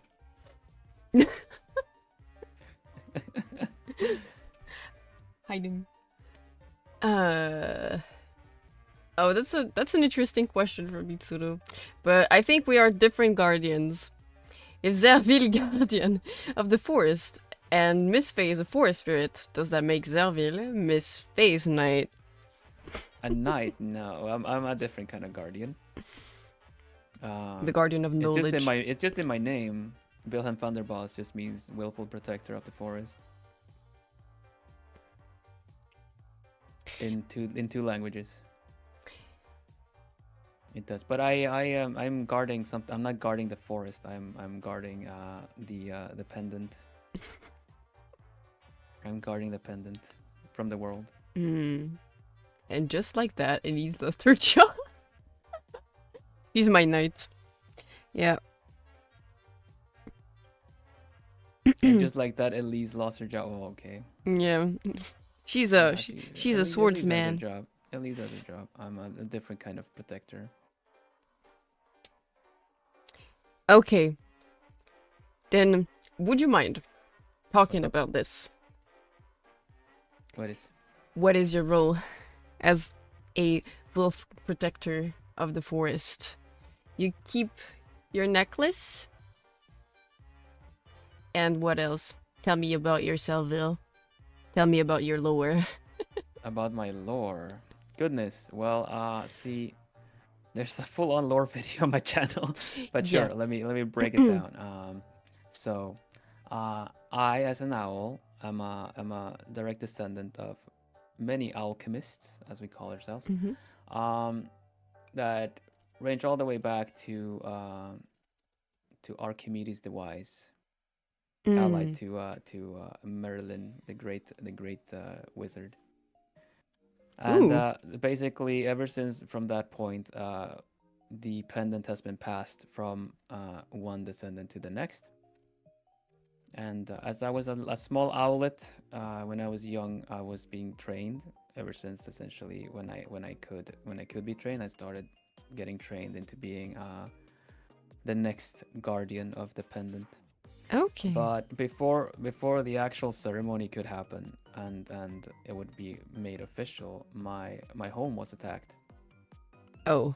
And there were screams, there was fire everywhere, and my mentor just straight up quickly said, quickly, Bill, keep it safe no matter. He just pressed the amulet to my hand and told me, keep it safe no matter the cost. Hide your wings, stay hidden, and trust nobody. You are the guardian now, Vilhelm. Don't let them find you. And then I was magicked away, spirited away to the place where I am currently, which is the sanctuary. A big manor, I guess. A big mansion manor that has been, since ancient times, been housed by many alchemists. I see. And yeah, it's a long video that I made. So if you're interested in I the might rest of that story, watch it. I remember watching it, but it was during your debut, so it was a while ago. Well, yeah, the debut was one thing. That was the debut lore, but I actually made an extended one. Okay, I'll check the extended one for sure. So basically, this pendant, I've been trying my hardest to find out its secrets. And I noticed that it's also has this side of it that likes to. But wait, there's more. Yeah, there's a lot. There's a lot to it, but it tries to take over at times. My mirror image would speak to me. I would hear voices, and first it was just telling me a lot of things that good with the pendant, of things that I could do, the great power that I could hold. But as I was losing grip of myself. The voice was commanding me to destroy the pendant and release it. Yeah. So it's yeah. Okay. There's it's extensive. I made it. It's I made will the art for check it. it I out. made the art for it. The video. The I video will editing. check it out for sure. Also, welcome Yeah. Raider, welcome Mechanics. Thank you so much for Mechanics. joining. Oh, welcome, Raiders. Mechanics even. Mechanics even. Yeah. Hmm. My Oshi, yeah, the evil is the Oshi. They call we call him evil when I'm under the influence of the Depending. gem. Mm. I don't know how well it's gonna translate though. Maybe I just melt into the background. No, you don't. Why? That's interesting. Of course I wouldn't. Why would I melt into the background? Of course. Too powerful. Too powerful. Oh no. Likely. But I'm stuck here. Alright, Evil, go back. Evil can't draw. I'm just kidding, he can't draw. That would have been funny. Surprise perk. Cannot draw. You know that's why my hair is messy, right? The fact that because in order to fight the evil influence, I initially just covered all the reflective surfaces I could. Mm-hmm. In the whole mansion, the whole place. Mm-hmm. So that leaves me with no mirror. No mirror to fix my hair. Oh no. That's why I just tie it in the back and call it a day. Honestly valid. You do have some you do have some style with your messy hair. Thank you. So trust. No need mirrors. Evil takes over and suddenly can only draw a stick figure. Oh my gosh. Yeah, it's gonna be like it's gonna be like a kid with markers, you know? Like, all right, quickly pass me the skin color one, and then all right, let's see. So I'm just gonna fill this in. It's just yes, yes, yes, yes. Absolute majesty. Oh, everyone wishes they could draw this as well. There you go. I'm gonna explode, help. Excuses. You can let us brush your hair from time to time. That's actually true. Plumies could help me with my hair problem. See? Reason to give braids. Reason to let the braids. Yay, braid my hair, Plumies. What type of braids would you prefer? What type of braids? Yeah, there are multiple ways of braiding. I don't know. What would you think would look good? I would make a funny jokes. Haha, Dutch braids, but Dutch braids. What do Dutch braids look like? Let me have a look. Are they on the sides or something? I don't know. Dutch braids. Dutch braids. Viking style, they say. Oh, Dutch braids go like top. Oh. But Dutch braids would look good. They would look good. What you talking about? Like they're laying on top. Yes. Okay, cool. That's cool. What's a Viking braid? Oh, okay. I don't know about that one. I will go with Dutch braids. Just for the sake of it. Just for the bit. Just for the whole like Dutch braids, obviously. I also like I think they're called fishtail braids in English. Fishtail braid. Let me look at that. Fishtail. Fishtail braid. Oh, that's cool. I also like it those goes ones. inwards into the kind of goes into the center point. Almost like from outside in. That's cool. Yeah, I find it very nice. Elsa or Rapunzel style braid would be really pretty. Agreed. Nice. The venti try that out braids. sometime. The venti braids. His hair is I don't maybe a know little bit too long. Yeah, I guess so. I don't know if my hair, all the secrets in my hair is just makes it difficult to braid, but I guess we'll have to find out someday. One day plumies. What? Oh no, I just caught onto it. Oh my gosh.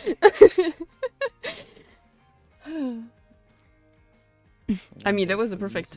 That was the perfect spot to say it. It is, yeah. I already said so before, though. One day plumies, maybe you can braid my hair. You can always repeat it. Maybe. Wait, is it a power that you can abuse or not? The one day plumies.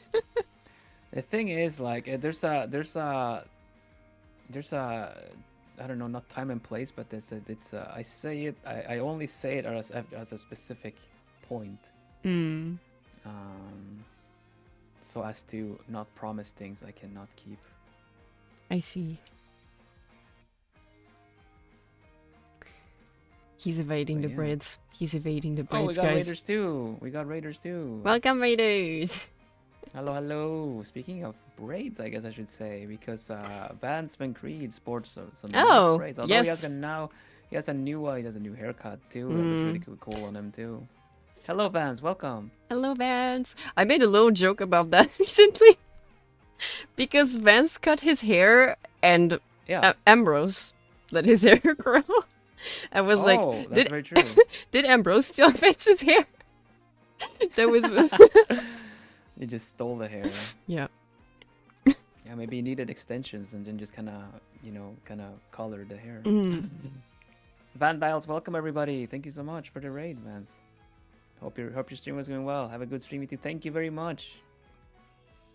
Thank you. I did the same joke, Faelie. Yeah, I guess other people noticed. Yay. I am not. Hair reduction, hair extension, huh? Yeah, who knows? We're good bros in Equinox. That's so nice of him. Yeah. But yeah, welcome, Vandials. If you don't know me, you should. I'm just kidding. I'm Vilhelm Vanderbos. I'm a gen mate and brother in Equinox to Vans, and I can do cozy streams, cozy games, and I draw as well. So yeah, welcome. Grab your favorite hot drink and stay a while and listen. Equinox hair transplant, Equinox hair salon. Gosh. Okay, question. Yeah. Which one of you guys would be the best at hairstyling? You know what? Based off of vibes, Kohaku. That makes sense. Right? That makes sense. Right? I feel like Kohaku would be great at it. Yeah. I totally see what you mean. Don't really know exactly what to base it off of. It just kind of. It's the vibes. Yeah, you know what? Oh yeah, I would like if I had to like. Could you cut my hair? I would just go to Kohaku and not really think too much. Kohaku is so big, bro. Coded. That's so funny. I do feel Kohaku is very dependable. So I think I think he would do a good job. He would deny it though. That's the thing. He would be like, I don't think I would do a good job. Like, no, Ko, I trust you. You have to be the one to do it. You have to be the one to do it. And then he's all like, well, after convincing a little bit, just gonna be really good at it. I think. I trust. You believe. I believe. You believe in the you that believes in Kohaku. I do. I do believe. If that me believes in Kohaku, then I will automatically believe. Yeah, I get that. Not to. I totally get that. Kohaku would do the research for sure. Mm-hmm. Yeah.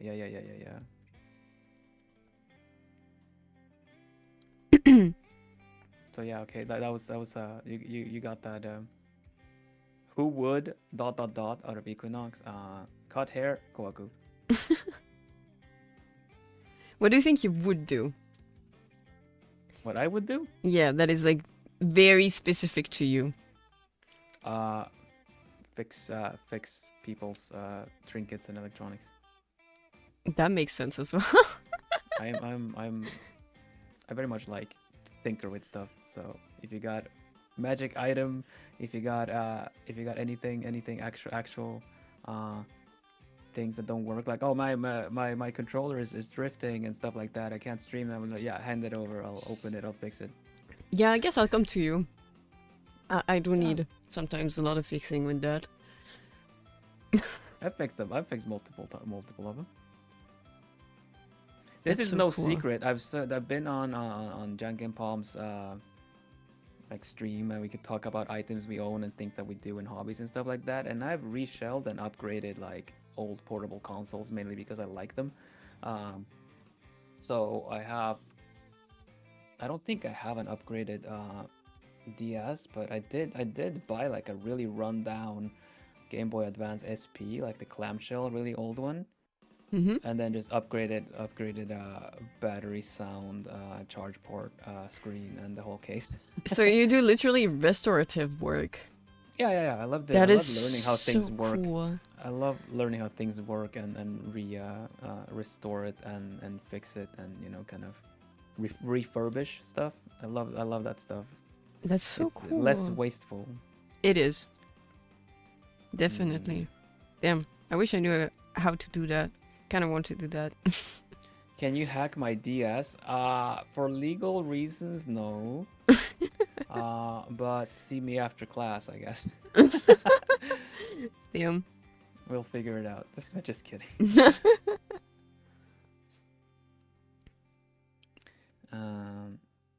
Yeah, I just really like doing tinkering with electronic stuff of different kinds. That makes so much sense. Kind of because you're also a bird. A bird? Why does that make sense? Owl. I don't know. Owl? I tend to link any type of bird with trinkets and shiny stuff. Oh, yeah, I can see that. So it makes sense. In my brain, it makes sense. Okay, well, that's fair. Yeah.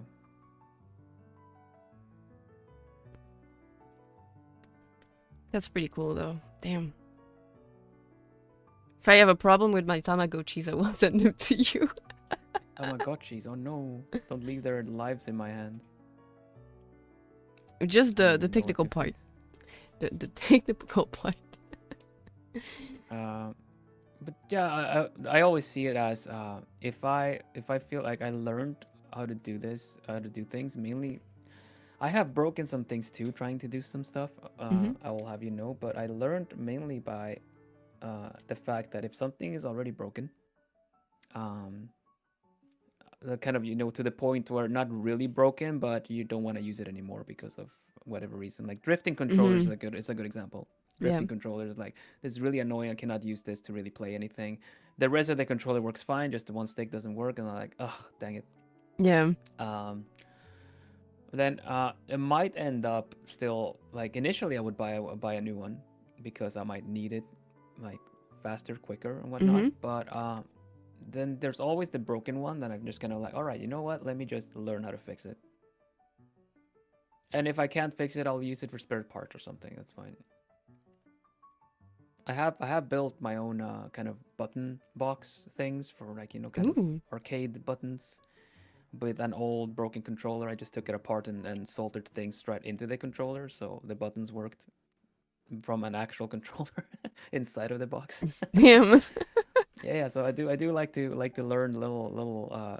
It really makes me kind of like not be afraid of, oh my gosh, is it gonna break? No, just like unscrew the thing, Yeah. and open up, kind of see what makes it tick. So I have that kind of tinkerer's approach. That's so cool. Honestly, I wish I could do that, but I don't really have any. I don't think I have any particular talent when I think about it. I don't think I would like do something very specific that others cannot do.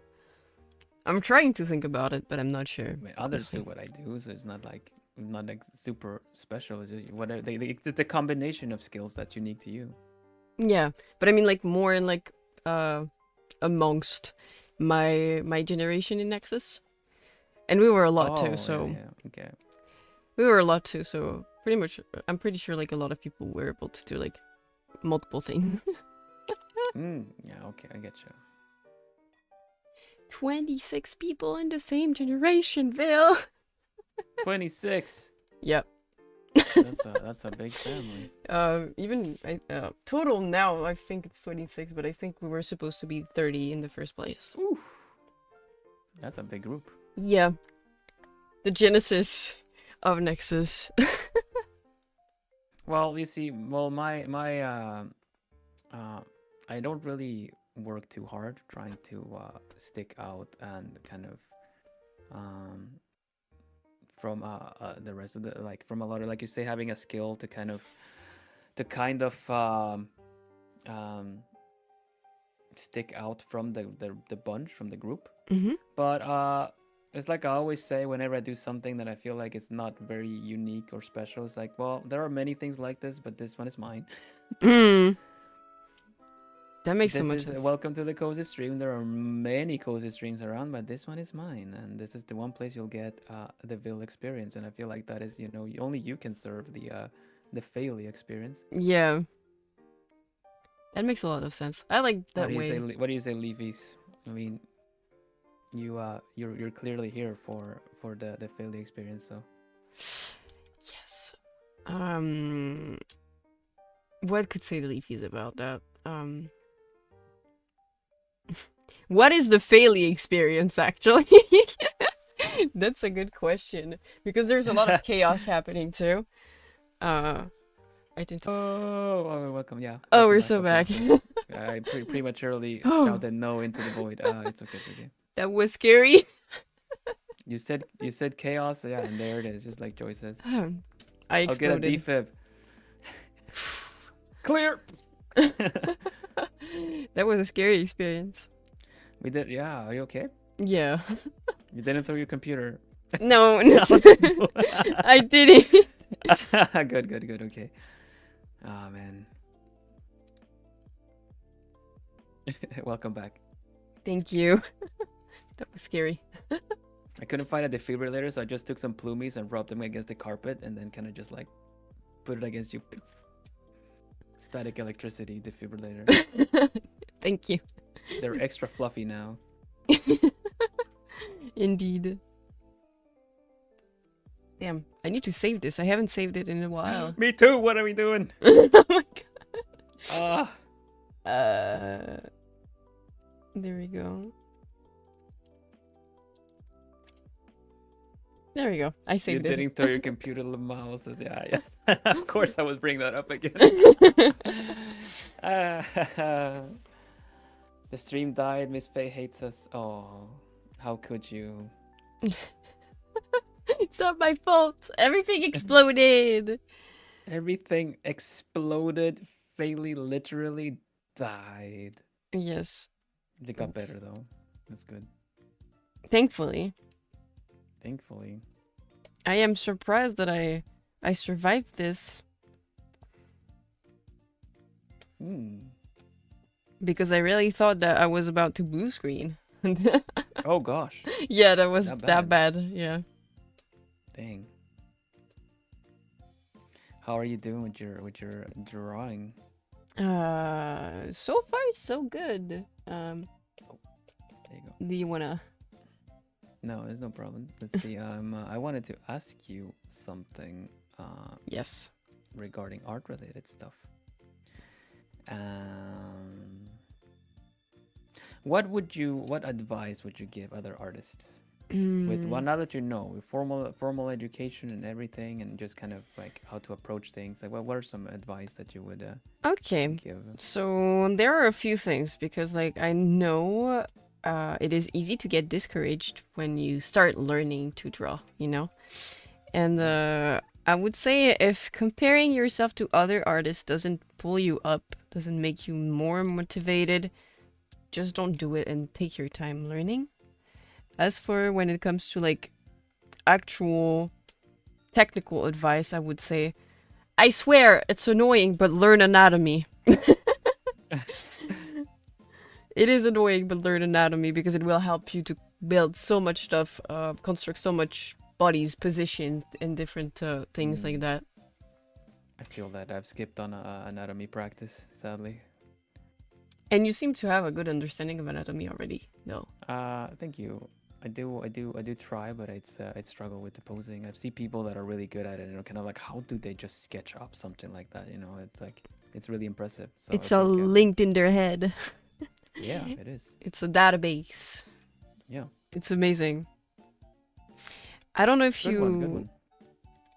I don't know if you knew about Kim Jung-gi, an artist that was more into the like realism, semi-realism. Okay. Okay. And this artist in particular basically would draw objects in every angle from memory every morning. One object. Oh, dang. To the point that if you check out like his art, I'll send you a link so you can check it out. He would do everything from his memory. He would draw specific perspectives from his memory when it came to characters, objects, etc., etc. He would come up with it without pre-sketching. It was absolutely amazing. Oh gosh. He was intense with his training. Yeah, it sure sounds it. That's the kind of stuff that pays off in your database, I guess. Oh, Luckily, yeah. like you never really have to go as hard as you would do, because references are a thing and everything like that. But I guess like in the world of drawing, if you're gonna draw professionally, speed is really key. Yeah. So doing that to increase your speed is probably quite good. Imagine drawing a bike from all angles, though. Jesus, yeah. You do enough of them, you kind of already know what to expect and what to do with the different angles. I do recognize that. That's very true. Nice, thank you for the advice for everybody. I would say, you know, just like you said, it's really tedious, but and trusting the process is important. Keeping at it. I was able to post never stop drawing kind of post, right? I just kind of showed a picture from, what was it, 10 years ago, and then today, and I'm happy a lot of people saw it, because I kind of need the reminder that we all came from somewhere. Yes. And the picture that I posted was like one that I was like, felt like, oh, this looks really cool, and I'm really happy that I made this 10 years ago, and I still find that it was like, dang, you know, I did really well at the time. I really like my old art. I know a lot of people can quickly go into kind of like, oof, my old art, oof. But I really appreciate a lot of what my old art is, essentially where it took me. That is a nice way to think about it, I'd say. Because, yeah, there's a lot of people that are like, my old art is really not that great.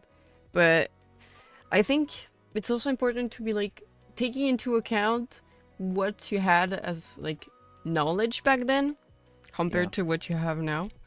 And that really helps. You're being more indulgent with yourself, basically. Yeah. I agree. The when you look at how do you say that? I always felt that the more you learn, the more you also start seeing these kind of almost rules. But when you're starting off and you don't really know the rules, I mean, you will like your art will arguably look a little wonky, because you know, not really a lot of anatomy and stuff like that, and whatnot. But if you're ever gonna get like an idea that, I don't know, like a sword turns into a gun or something, it's gonna be when you're fresh off and don't really have a lot of rules of like functionality and props and stuff in mind. Yeah. But then it kind of, I feel like the rules and the things you learn can kind of almost start limiting you a little bit. Yeah, in creativity, absolutely. Yeah. I can get that, because you start thinking about really the technical aspect of stuff when you start getting really into drawing in general. So yeah, it can limit you a little bit when it comes to creatively, I would say. Which is sad, but it's also the same as like when you draw stuff when you're like a kid, and you really have a lot of creativity, some crazy stuff comes up from your imagination, but you don't really think about how it could work. So there's also that. I think it's like the more you know, the more you think Yeah. about what is possible to make or not, because you want also some type of I would say, how can I say this? For example, if you come up with a proper weapon, you want it to be credible, for example. Yeah, like convincing, almost Yeah. realistic kind Yeah. of. Yeah. I feel that, especially if you're aiming for doing concept art or prop art and stuff like that, you start almost taking into account that it needs to be something that convinces a lot of people. But that's kind of what I feel like now when I go back and check my old art, because I've saved a lot of my sketches and stuff. I can tap into the idea and maybe actually bring it into life with a new improved view, you know. Mm-hmm. Absolutely. I think it's cool. So yeah, just trust the process, do your thing. Like you said, comparing yourself to other people can sometimes be a lot more daunting and kind of discouraging than it is helpful.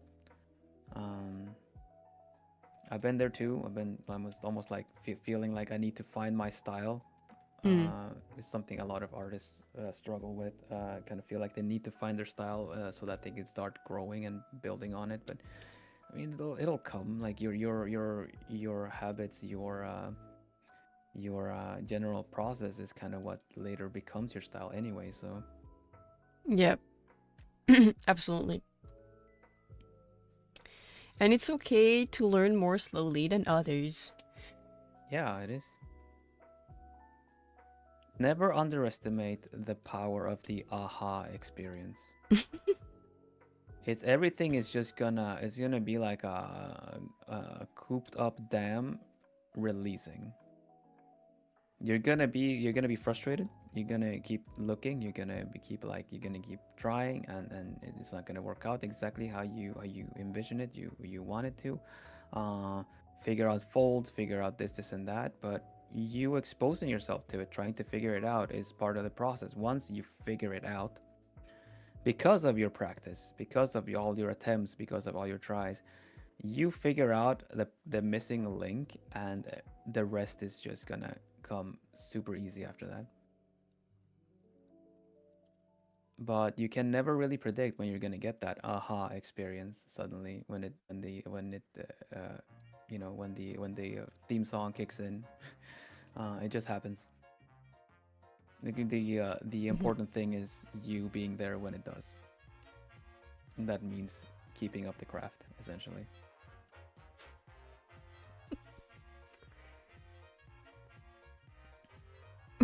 What Elban is it? Please stop. Yes, please, Vilhelm. What Elban is it? What did they say? Tell Faye Faye to stop comparing yourself to people before. Oh, okay. Don't compare yourself. Don't be like me. I tend to compare myself to professional artists a lot. The thing is, like, it's right there in front of our eyes, social media, and the trick of the mind is that social media TM is the artist. It's not the same artist. But when you look at it, you get inspired, like, oh gosh, like this is what I should be achieving. Or if you're feeling like you're doubting yourself, you start going like, oh man, I should be doing something like this. Give it 2 hours, or maybe even that same evening, it pushes something else that looks amazing, and you kind of feel like these people are creating and I am not. Meanwhile, the first artist you saw that day maybe took 2 months to get that picture done. Yeah. But it feels like they're just doing it in hours. So you Yeah. just feel like I've not achieved anything in 2 hours. I guess I'm not fit for it. It's just kind of a trick of the mind, really. It really is. Oh. Social media TM. Social media TM. It's like it can be very inspiring, but it can also give you this kind of motivational and inspirational block. That's very dangerous. Yeah. Absolutely. There's also like one thing that frustrates me when it comes to drawing is like understanding the techniques of the artist that I'm looking at, for example, when I'm looking at a piece, but not being able to reproduce it. Like my eyes understand, my hand does not follow. Yeah, I understand that. I used to have people that get angry at me because I say like, I have this amazing idea of something that I want to draw in a specific angle and do like that, but I don't have the skill set yet. And then we're all like, what do you mean? You just told me you should just do it anyway. The thing is like, I already know. I'll try, and it's not gonna be enough. I don't know exactly the parts that I'm missing. I don't have all the skill set to do this. I could learn it and practice and get to it, and I did at some point with those kinds of ideas. But that's fair. You can break it into smaller pieces, because looking at it as this kind of like, I should be able to do this, is quite daunting. Yeah, if you're able to break it down of what parts you need to learn to achieve a certain style, then you can practice them individually and then come back and try it again. Yeah, rushing is a big fiend in the field, I feel. Kind of wanting quick results, and it's something I'm also guilty of, having felt, because sometimes you just kind of want to get the result that you were expecting, but at the same time, you're getting some pretty good results. It's just not the entire way, but you're essentially like at a 70-80% of what you set off to achieve. But because it's not the full 100, it can feel a bit like discouraging. Yeah. But come back to it later and you will see, like, you might be able to see it from a better standpoint, that you actually manage quite a lot. It sounds like a good idea. To be a little bit nicer with myself, with oneself in general. Yeah, you should be nice to yourself. We're always our own critics, our worst own critics. We can be our worst critics, but we can also be our best cheerleader. Yeah, that's so. It goes both ways. It does. But it's not easy. It's not easy. I'm not gonna say like it's the friggin' easiest thing ever. It's easy. Just believe in yourself. Come on. It's like, it's tricky. It is. We can do it. It's possible. Do you have an artist you look up to? Oh my god, there's so many. There are so many. But yeah. For any specific reason then? If there's a specific one for their poses or... Let me think. Usually I am more attracted to color shading because it's something that I'm not very good at. So I tend to look at like everything that is like shading style, how the lighting is placed, how if it is painterly or if it had been lined, cell shaded or shaded like one piece by one piece. Like I tend to pick up that way. But there's so many good artists that are like extremely good at colors in general. But I would say there's one in particular that comes to mind when it comes to pretty much everything that comes with characters. It's ᵁᵦᵘᵈᵃ. Yes, I know the artist. They're really good. Yeah. They're very good at pretty much a lot of things. Yeah, poses, anatomy, translating a photo reference into stylized. Yeah. That skill is something that we should not take for granted. Honestly, a lot of people will use like stock images for their bases, and maybe sometimes even trace the pose, but you need to translate it because a stock image is quite stale. It's not dynamic. It's people standing in the pose for you to reference from, but it's not actually in the full motion. And animation will teach you that, if you're going to be doing a dynamic motion, then you might want to exaggerate some parts in order to give it the little boost it might need. Yep. Totally agree. For me, I would say out of the many, like you say, Hungry Clicker. I do not know of them. Or maybe I Angry do, Click- but... Angry Clicker, if you want to compare your own art prowess to to other artists and not come out on the good side of it, they're not a good one to follow because they are fast and they do a lot of varied stuff. I honestly believe that they are a professional and they just post their warm-ups. Oh. And it's just kind of like, oh my goodness, the pose, the angle, everything that's so advanced, and you just kind of, oh yeah, almost. They never say it is their warm-ups, but I'm kind of feeling that is the case because they make it look so effortless. But it's also, I do also see that they do studies in their art, like if they want. That's something I already kind of try to do, but prior to this, to knowing them. Mm-hmm. But if you kind of want to figure out what someone would look like from the side, then you can do a post study, but then you can also take it a step further and turn it into fan art or turn it into a character that it reminds you of. Mm-hmm. And I think that's what they do. They have an intention with their picture they want to draw, and they kind of practice by also creating fan art of lovable characters. Damn. It's smart, and they're good. I will check them out and probably become obsessed once again. I think they have a painterly rendered style, which really speaks to me because that's kind of what I do. Yeah, that's how you work. Yeah, it's funny because I'm faking line art right now with the rendering style on my chibi. Because I wouldn't do line art aside from this way. I have a hard time like doing painting, mostly because I have a hard time like setting my colors properly and everything, and that's why I don't also work in grayscale to color, because I feel like my values are always like off, even if I check them often.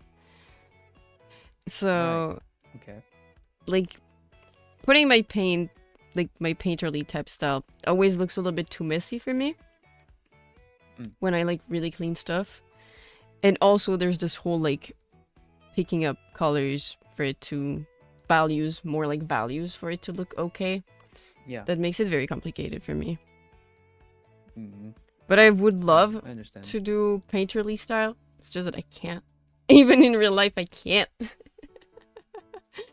and I did painting and I did like what's the word, live model painting, like live people just chilling, 8 hours painting on a canvas with people posing for 8 hours.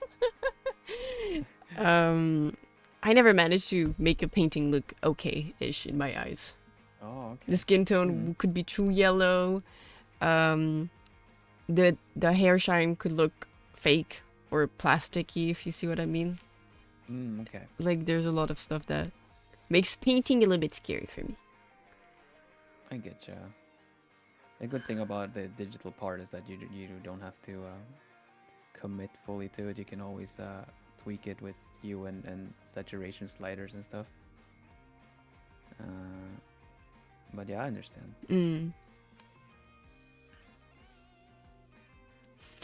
Should I break canon and give you some teeth? Yeah, it's cute with teeth. Let's go. Yay! Yeah. Finally, I can chew. No more soup. No more soup. No more soft foods.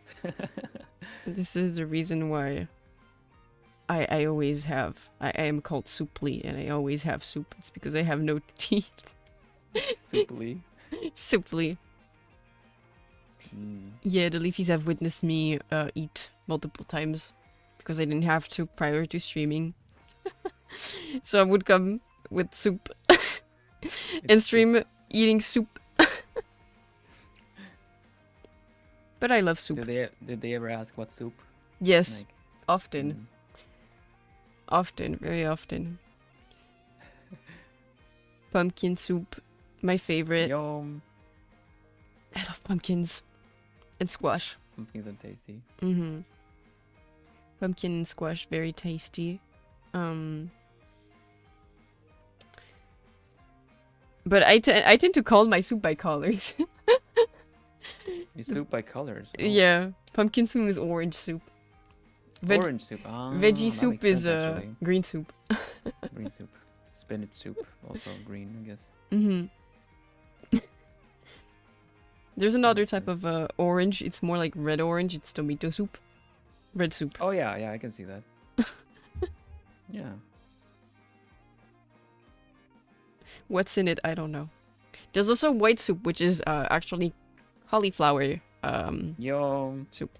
Very, very good. Getting hungry. Me too. Not gonna lie, me Yeah, too. I reckon, I guess we should be rounding up soonish, but Mhm. let's see. I'm gonna slap some color on this. So we can at least like get colorly here. Colorly. Let's see. Let's do a little magic. This is the part I love. What part of drawing do you like the most? I'd say doing the flats. The flat colors. Yeah. Interesting. Wow. Oh, this is extreme. Sorry. Quill likes onion soup, and Mad likes potato soup. Potato soup, nice. Potato. French onion soup. I have never tried French onion soup when I think about it. I think I Apparently tried it's French onion good. soup. Apparently it's super good. Mushroom soup is beige soup, I guess. So Yeah. maybe. Yeah, beige, light brown, depending on the mushroom. Light brown soup. Light brown soup. Hot cocoa soup. Hot cocoa colored soup. That makes sense. All right, Bloomies and Leafies. The drawing's gonna look a little cursed from Mo. Bear with me for a bit. It's alright. I am cursed. Today, specifically. That's true. We're gonna see that. We're gonna come out on the other side of this, and it's gonna look really nice.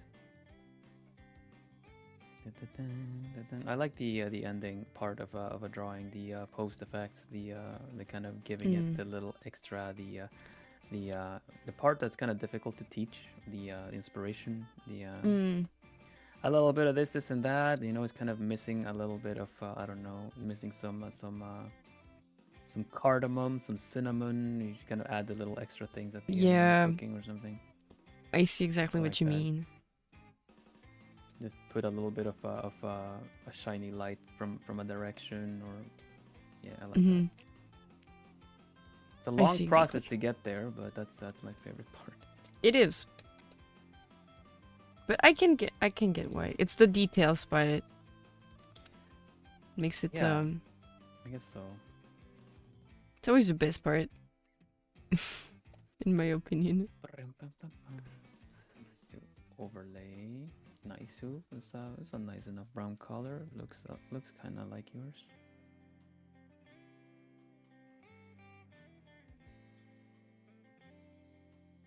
There we go.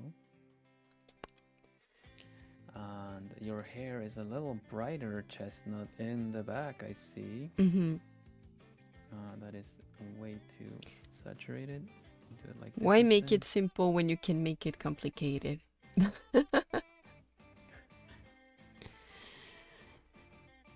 I like simple to learn but hard to master.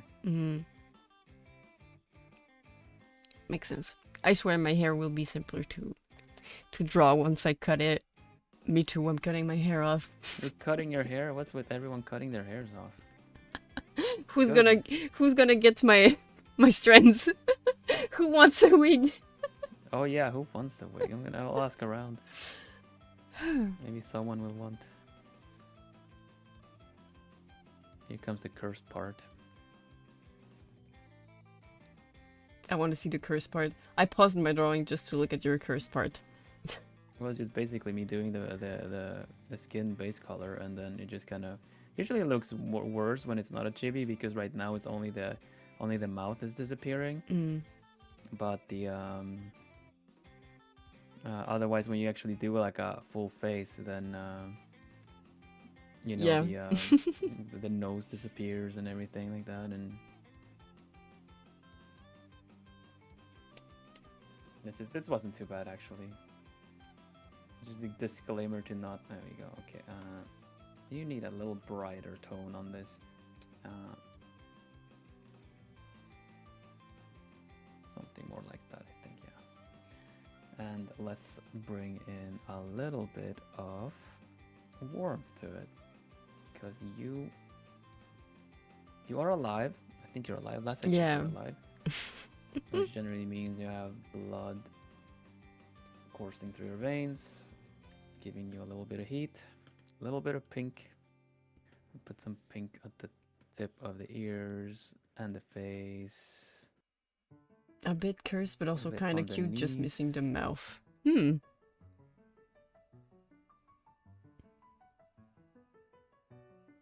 There we go. Just a couple more colors remaining, and we'll round things up here. Let's see, we do some green. You have a bit of leaf green, actually. It's not very vibrant green. That's important detail. Reduce the saturation a bit. And it's closer towards lime even. Like that even. There we go. Yeah. Some overlay on your outfit. Very basic ones. Not gonna have everything in here. I'll fix this. I'll finish this on in my own time though. Same. Definitely will. It's so cute. I cannot finish. I cannot not finish it. I just wanted to get the colors in at least. Let's see, brighter. Yes, brighter. Your robes have a bit of a cream color to them, I guess. It's more like a creamy white. It's like a mushroom soup color, yeah. Mushroom soup. Yes.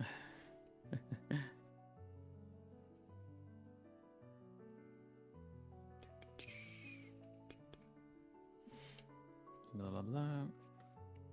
And we'll call yes. Okay. Dun, dun, dun. And something like this. More of a random question. Do you know what you're gonna Yeah. have for dinner? For dinner, I already had dinner. You mean like for a late snack or such? Late snack. I already had dinner before the stream. Damn. It was too early for me. Then again, you did wake up at Yeah, but I still will eat dinner. I had some stampot, which is mashed potatoes with some kale, with some it's not bacon. I had ham in it, and I had some sausage with it. Very Okay. Dutch, very Dutch. Very Dutch. Sounds tasty though. Yeah, it's quite nice. I never had kale. I'm kind of curious about it. Kale works really well with a lot of stuff on its own. It's kind of, I don't know, kind of bitter, I guess. Gold is actually desaturated. Gosh, the gold. I always get gold wrong. You know what? We're gonna make it dark, and we're gonna bring the shine to it after. Yeah, I guess the colors are generally where it needs to be. I'm missing your gem, which is a kind of a orange soda colored. Yeah. Blood orange. Yeah. Bloop. So it's that with a little bit of red. Nice. And for a nice little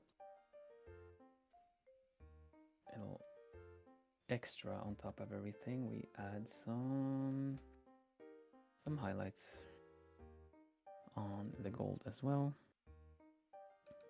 Gold is hard. It's so many layers of metallic stuff to give it the shine and shimmer it needs. Yeah. It's always like, it can be like a reddish gold, but it also can be a greenish gold. Yeah. It's complicated. Metal is hard in general, I would say. I always use the same kind of rule of thumb for metals, and that's kind of trying to imagine the whatever environment it's reflecting Mm, and distorted after that, because it is really tricky otherwise on its own. it really Here we is. go. Give you maybe a shine on the cheek. Yeah, that's probably what I can do for now. And let's see, we can also give it like a sticker feel with a bit of an outline. Very uneven outline, it would seem. There you go. Hey. So cute. I like a little sticker. Yeah. If I had stickers of myself, I think if someone would bother me in the street, I would just slap a sticker on their face and run away. Slap. There we go. Efficiency, they say. There you go. A Faelie sticker. It's so cute. I need to finish the chibi veil.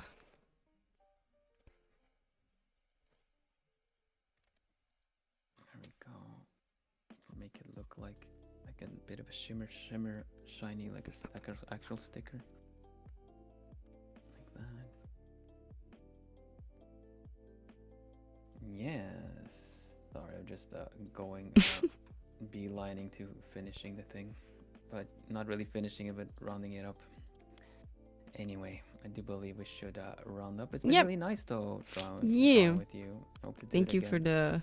thank you for hosting once again. It is course. very nice to hang out and chat. Very cozy vibes. Me likey. Nice. Yeah, I feel like we have nice cozy vibes, and to have someone appreciate that, I feel like the Plumies might enjoy that. Oh, Alban, you asked something. Did you let the kale breathe overnight? I did not. That Kept was a it question. Suffocated. Boiled it alive. No breathing. There you go. No breathing. I need to judge him. I know there are good ways of preparing it. I just didn't really care much. I just threw it in a pan, fried it up, put some spice in it, and threw it into the mashed potatoes, and mashed it real good. Like I was playing, I don't know, like I was someone that didn't know what they were doing in a fighting game, just mashed it, and then threw some bacon in there. Still sounds Judge yummy. me all you want, don't argue with results. It was tasty as heck. That's what matters. That is what matters. Look, slap one on my tablet case. Heck yeah, people like the sticker, the Faelie sticker. Yay. Merch.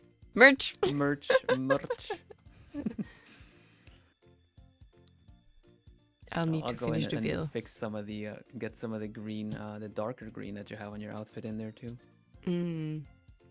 There's a lot of green, different greens. Yeah.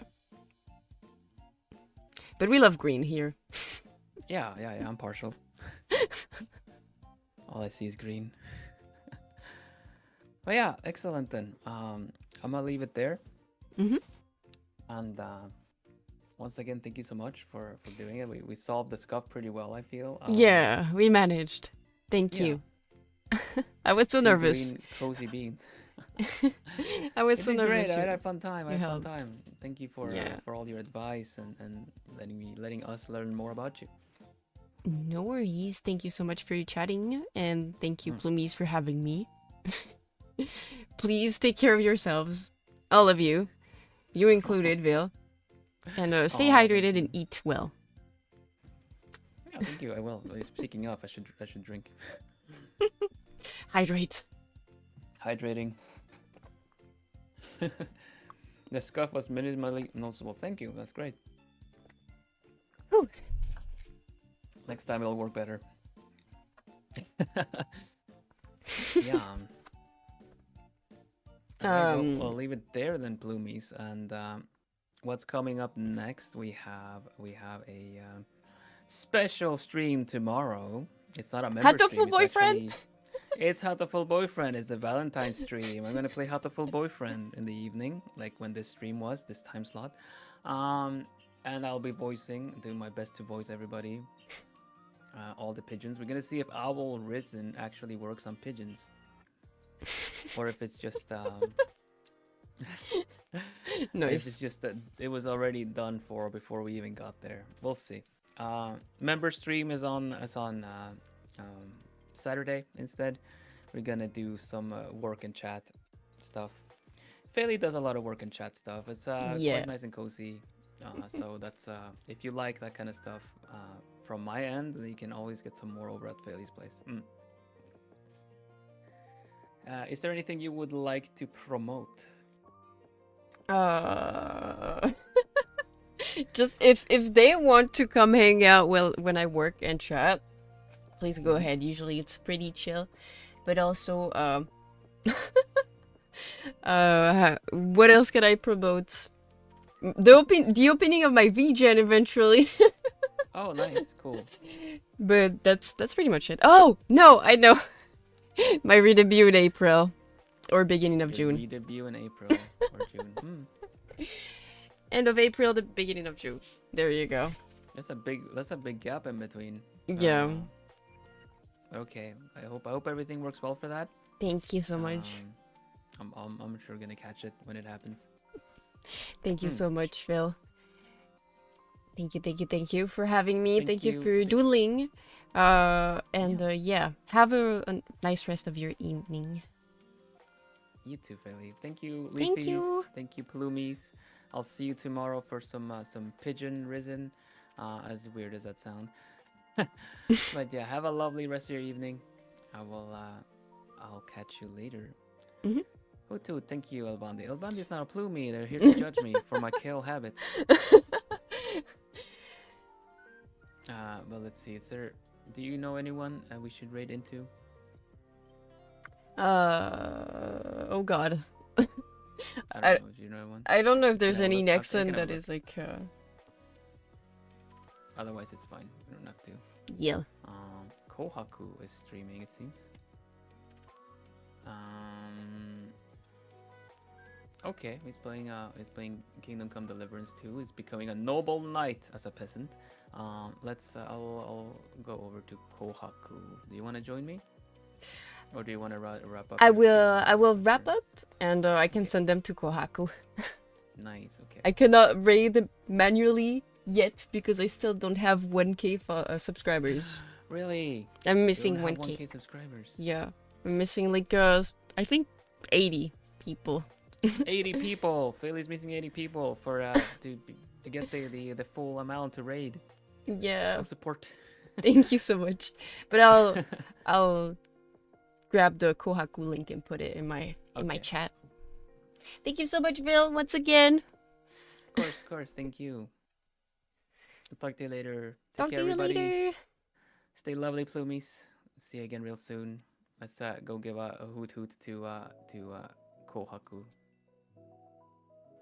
And see you tomorrow. Bye for now. Bye.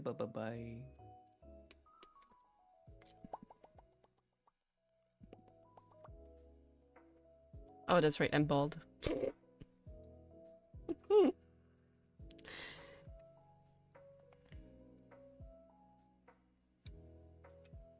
All right. Thank you so much, you guys, for hanging out until now. I hope you enjoyed me hanging out with Vil. That was very nice. Vil is very cozy, very chill. So I do feel like we kind of in terms of personality, we mesh well. Yeah, or lead time. Yeah, sorry, I had to. Time to make 80 fake accounts. Come on. That was a really fun collab. I'm glad you guys liked it. I'm really glad. Sorry, we had a lot of stuff, so I had like a lot of issues when it comes to managing chat. I couldn't watch Vill's chat, so I was kind of sad about that because I had to keep certain windows open. So I was like really trying to deal with everything at the same time, all of my screens. So yeah, hopefully next time it will not be as scuffed, because like we had issues with VNet, the thing that we use to do collabs with like each other. I'm glad you guys appreciated it, by the way. So yeah, it was a little bit complicated, and I'm sorry, like I couldn't pay too much attention to you guys. I don't want to, you know, speak over Vil. I didn't want to come up like off topic either, because it was like mostly his thing. Drawn Together is his thing, so I didn't want like to walk over that and everything. Yes, Vil is very nice. I'm glad you guys appreciate it, and I'm glad you guys hung out with me for the art thing. For the art collabing. Arting collabing. I need to grab Kohaku's link. Allow me to do that right now. And yeah, if you want Vil's link, they are in the description box below. His Twitter is in the sauce section, and his YouTube channel is just like added right in the beginning of the description. Hello, Citrina, welcome. Yes, you are, Plumie. I remember seeing you in Vil's chat. Hope you're doing good. Welcome, welcome. Welcome to the Faelie. Yes, it is the Faelie. Faelie invasion. I'll see you guys tomorrow for the return of Violently. No, I do not do Valentine's Day. I hate Valentine's Day. Okay, I'm kidding. I do not hate Valentine's Day. But I want to consider it like a normal day, you know. I consider it a normal day. Forever single. Forever single. This is Kohaku's link. If you guys wanna pay him a visit, go ahead. Leafy's raid or Faelie invasion. It's up to you guys. Normies explore. Not necessarily that, but here. There you go. So I invite you guys to hop on this link and write what I gave you right here. Thank you so much for hanging out. Like I said, don't forget to stay hydrated. Don't forget to eat. Remember, you're loved by me, accessorily, and I'll see you tomorrow for slime wrenching. Matanya.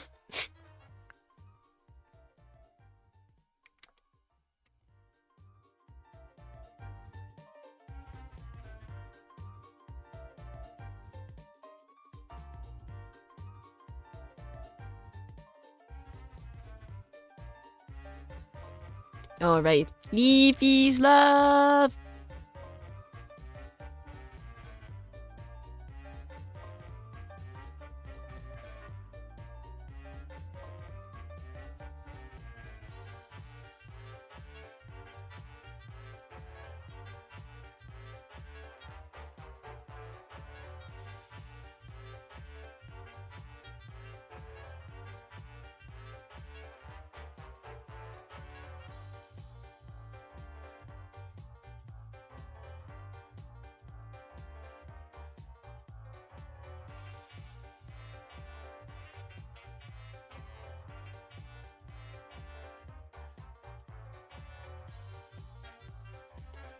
Wow. Leafy's love.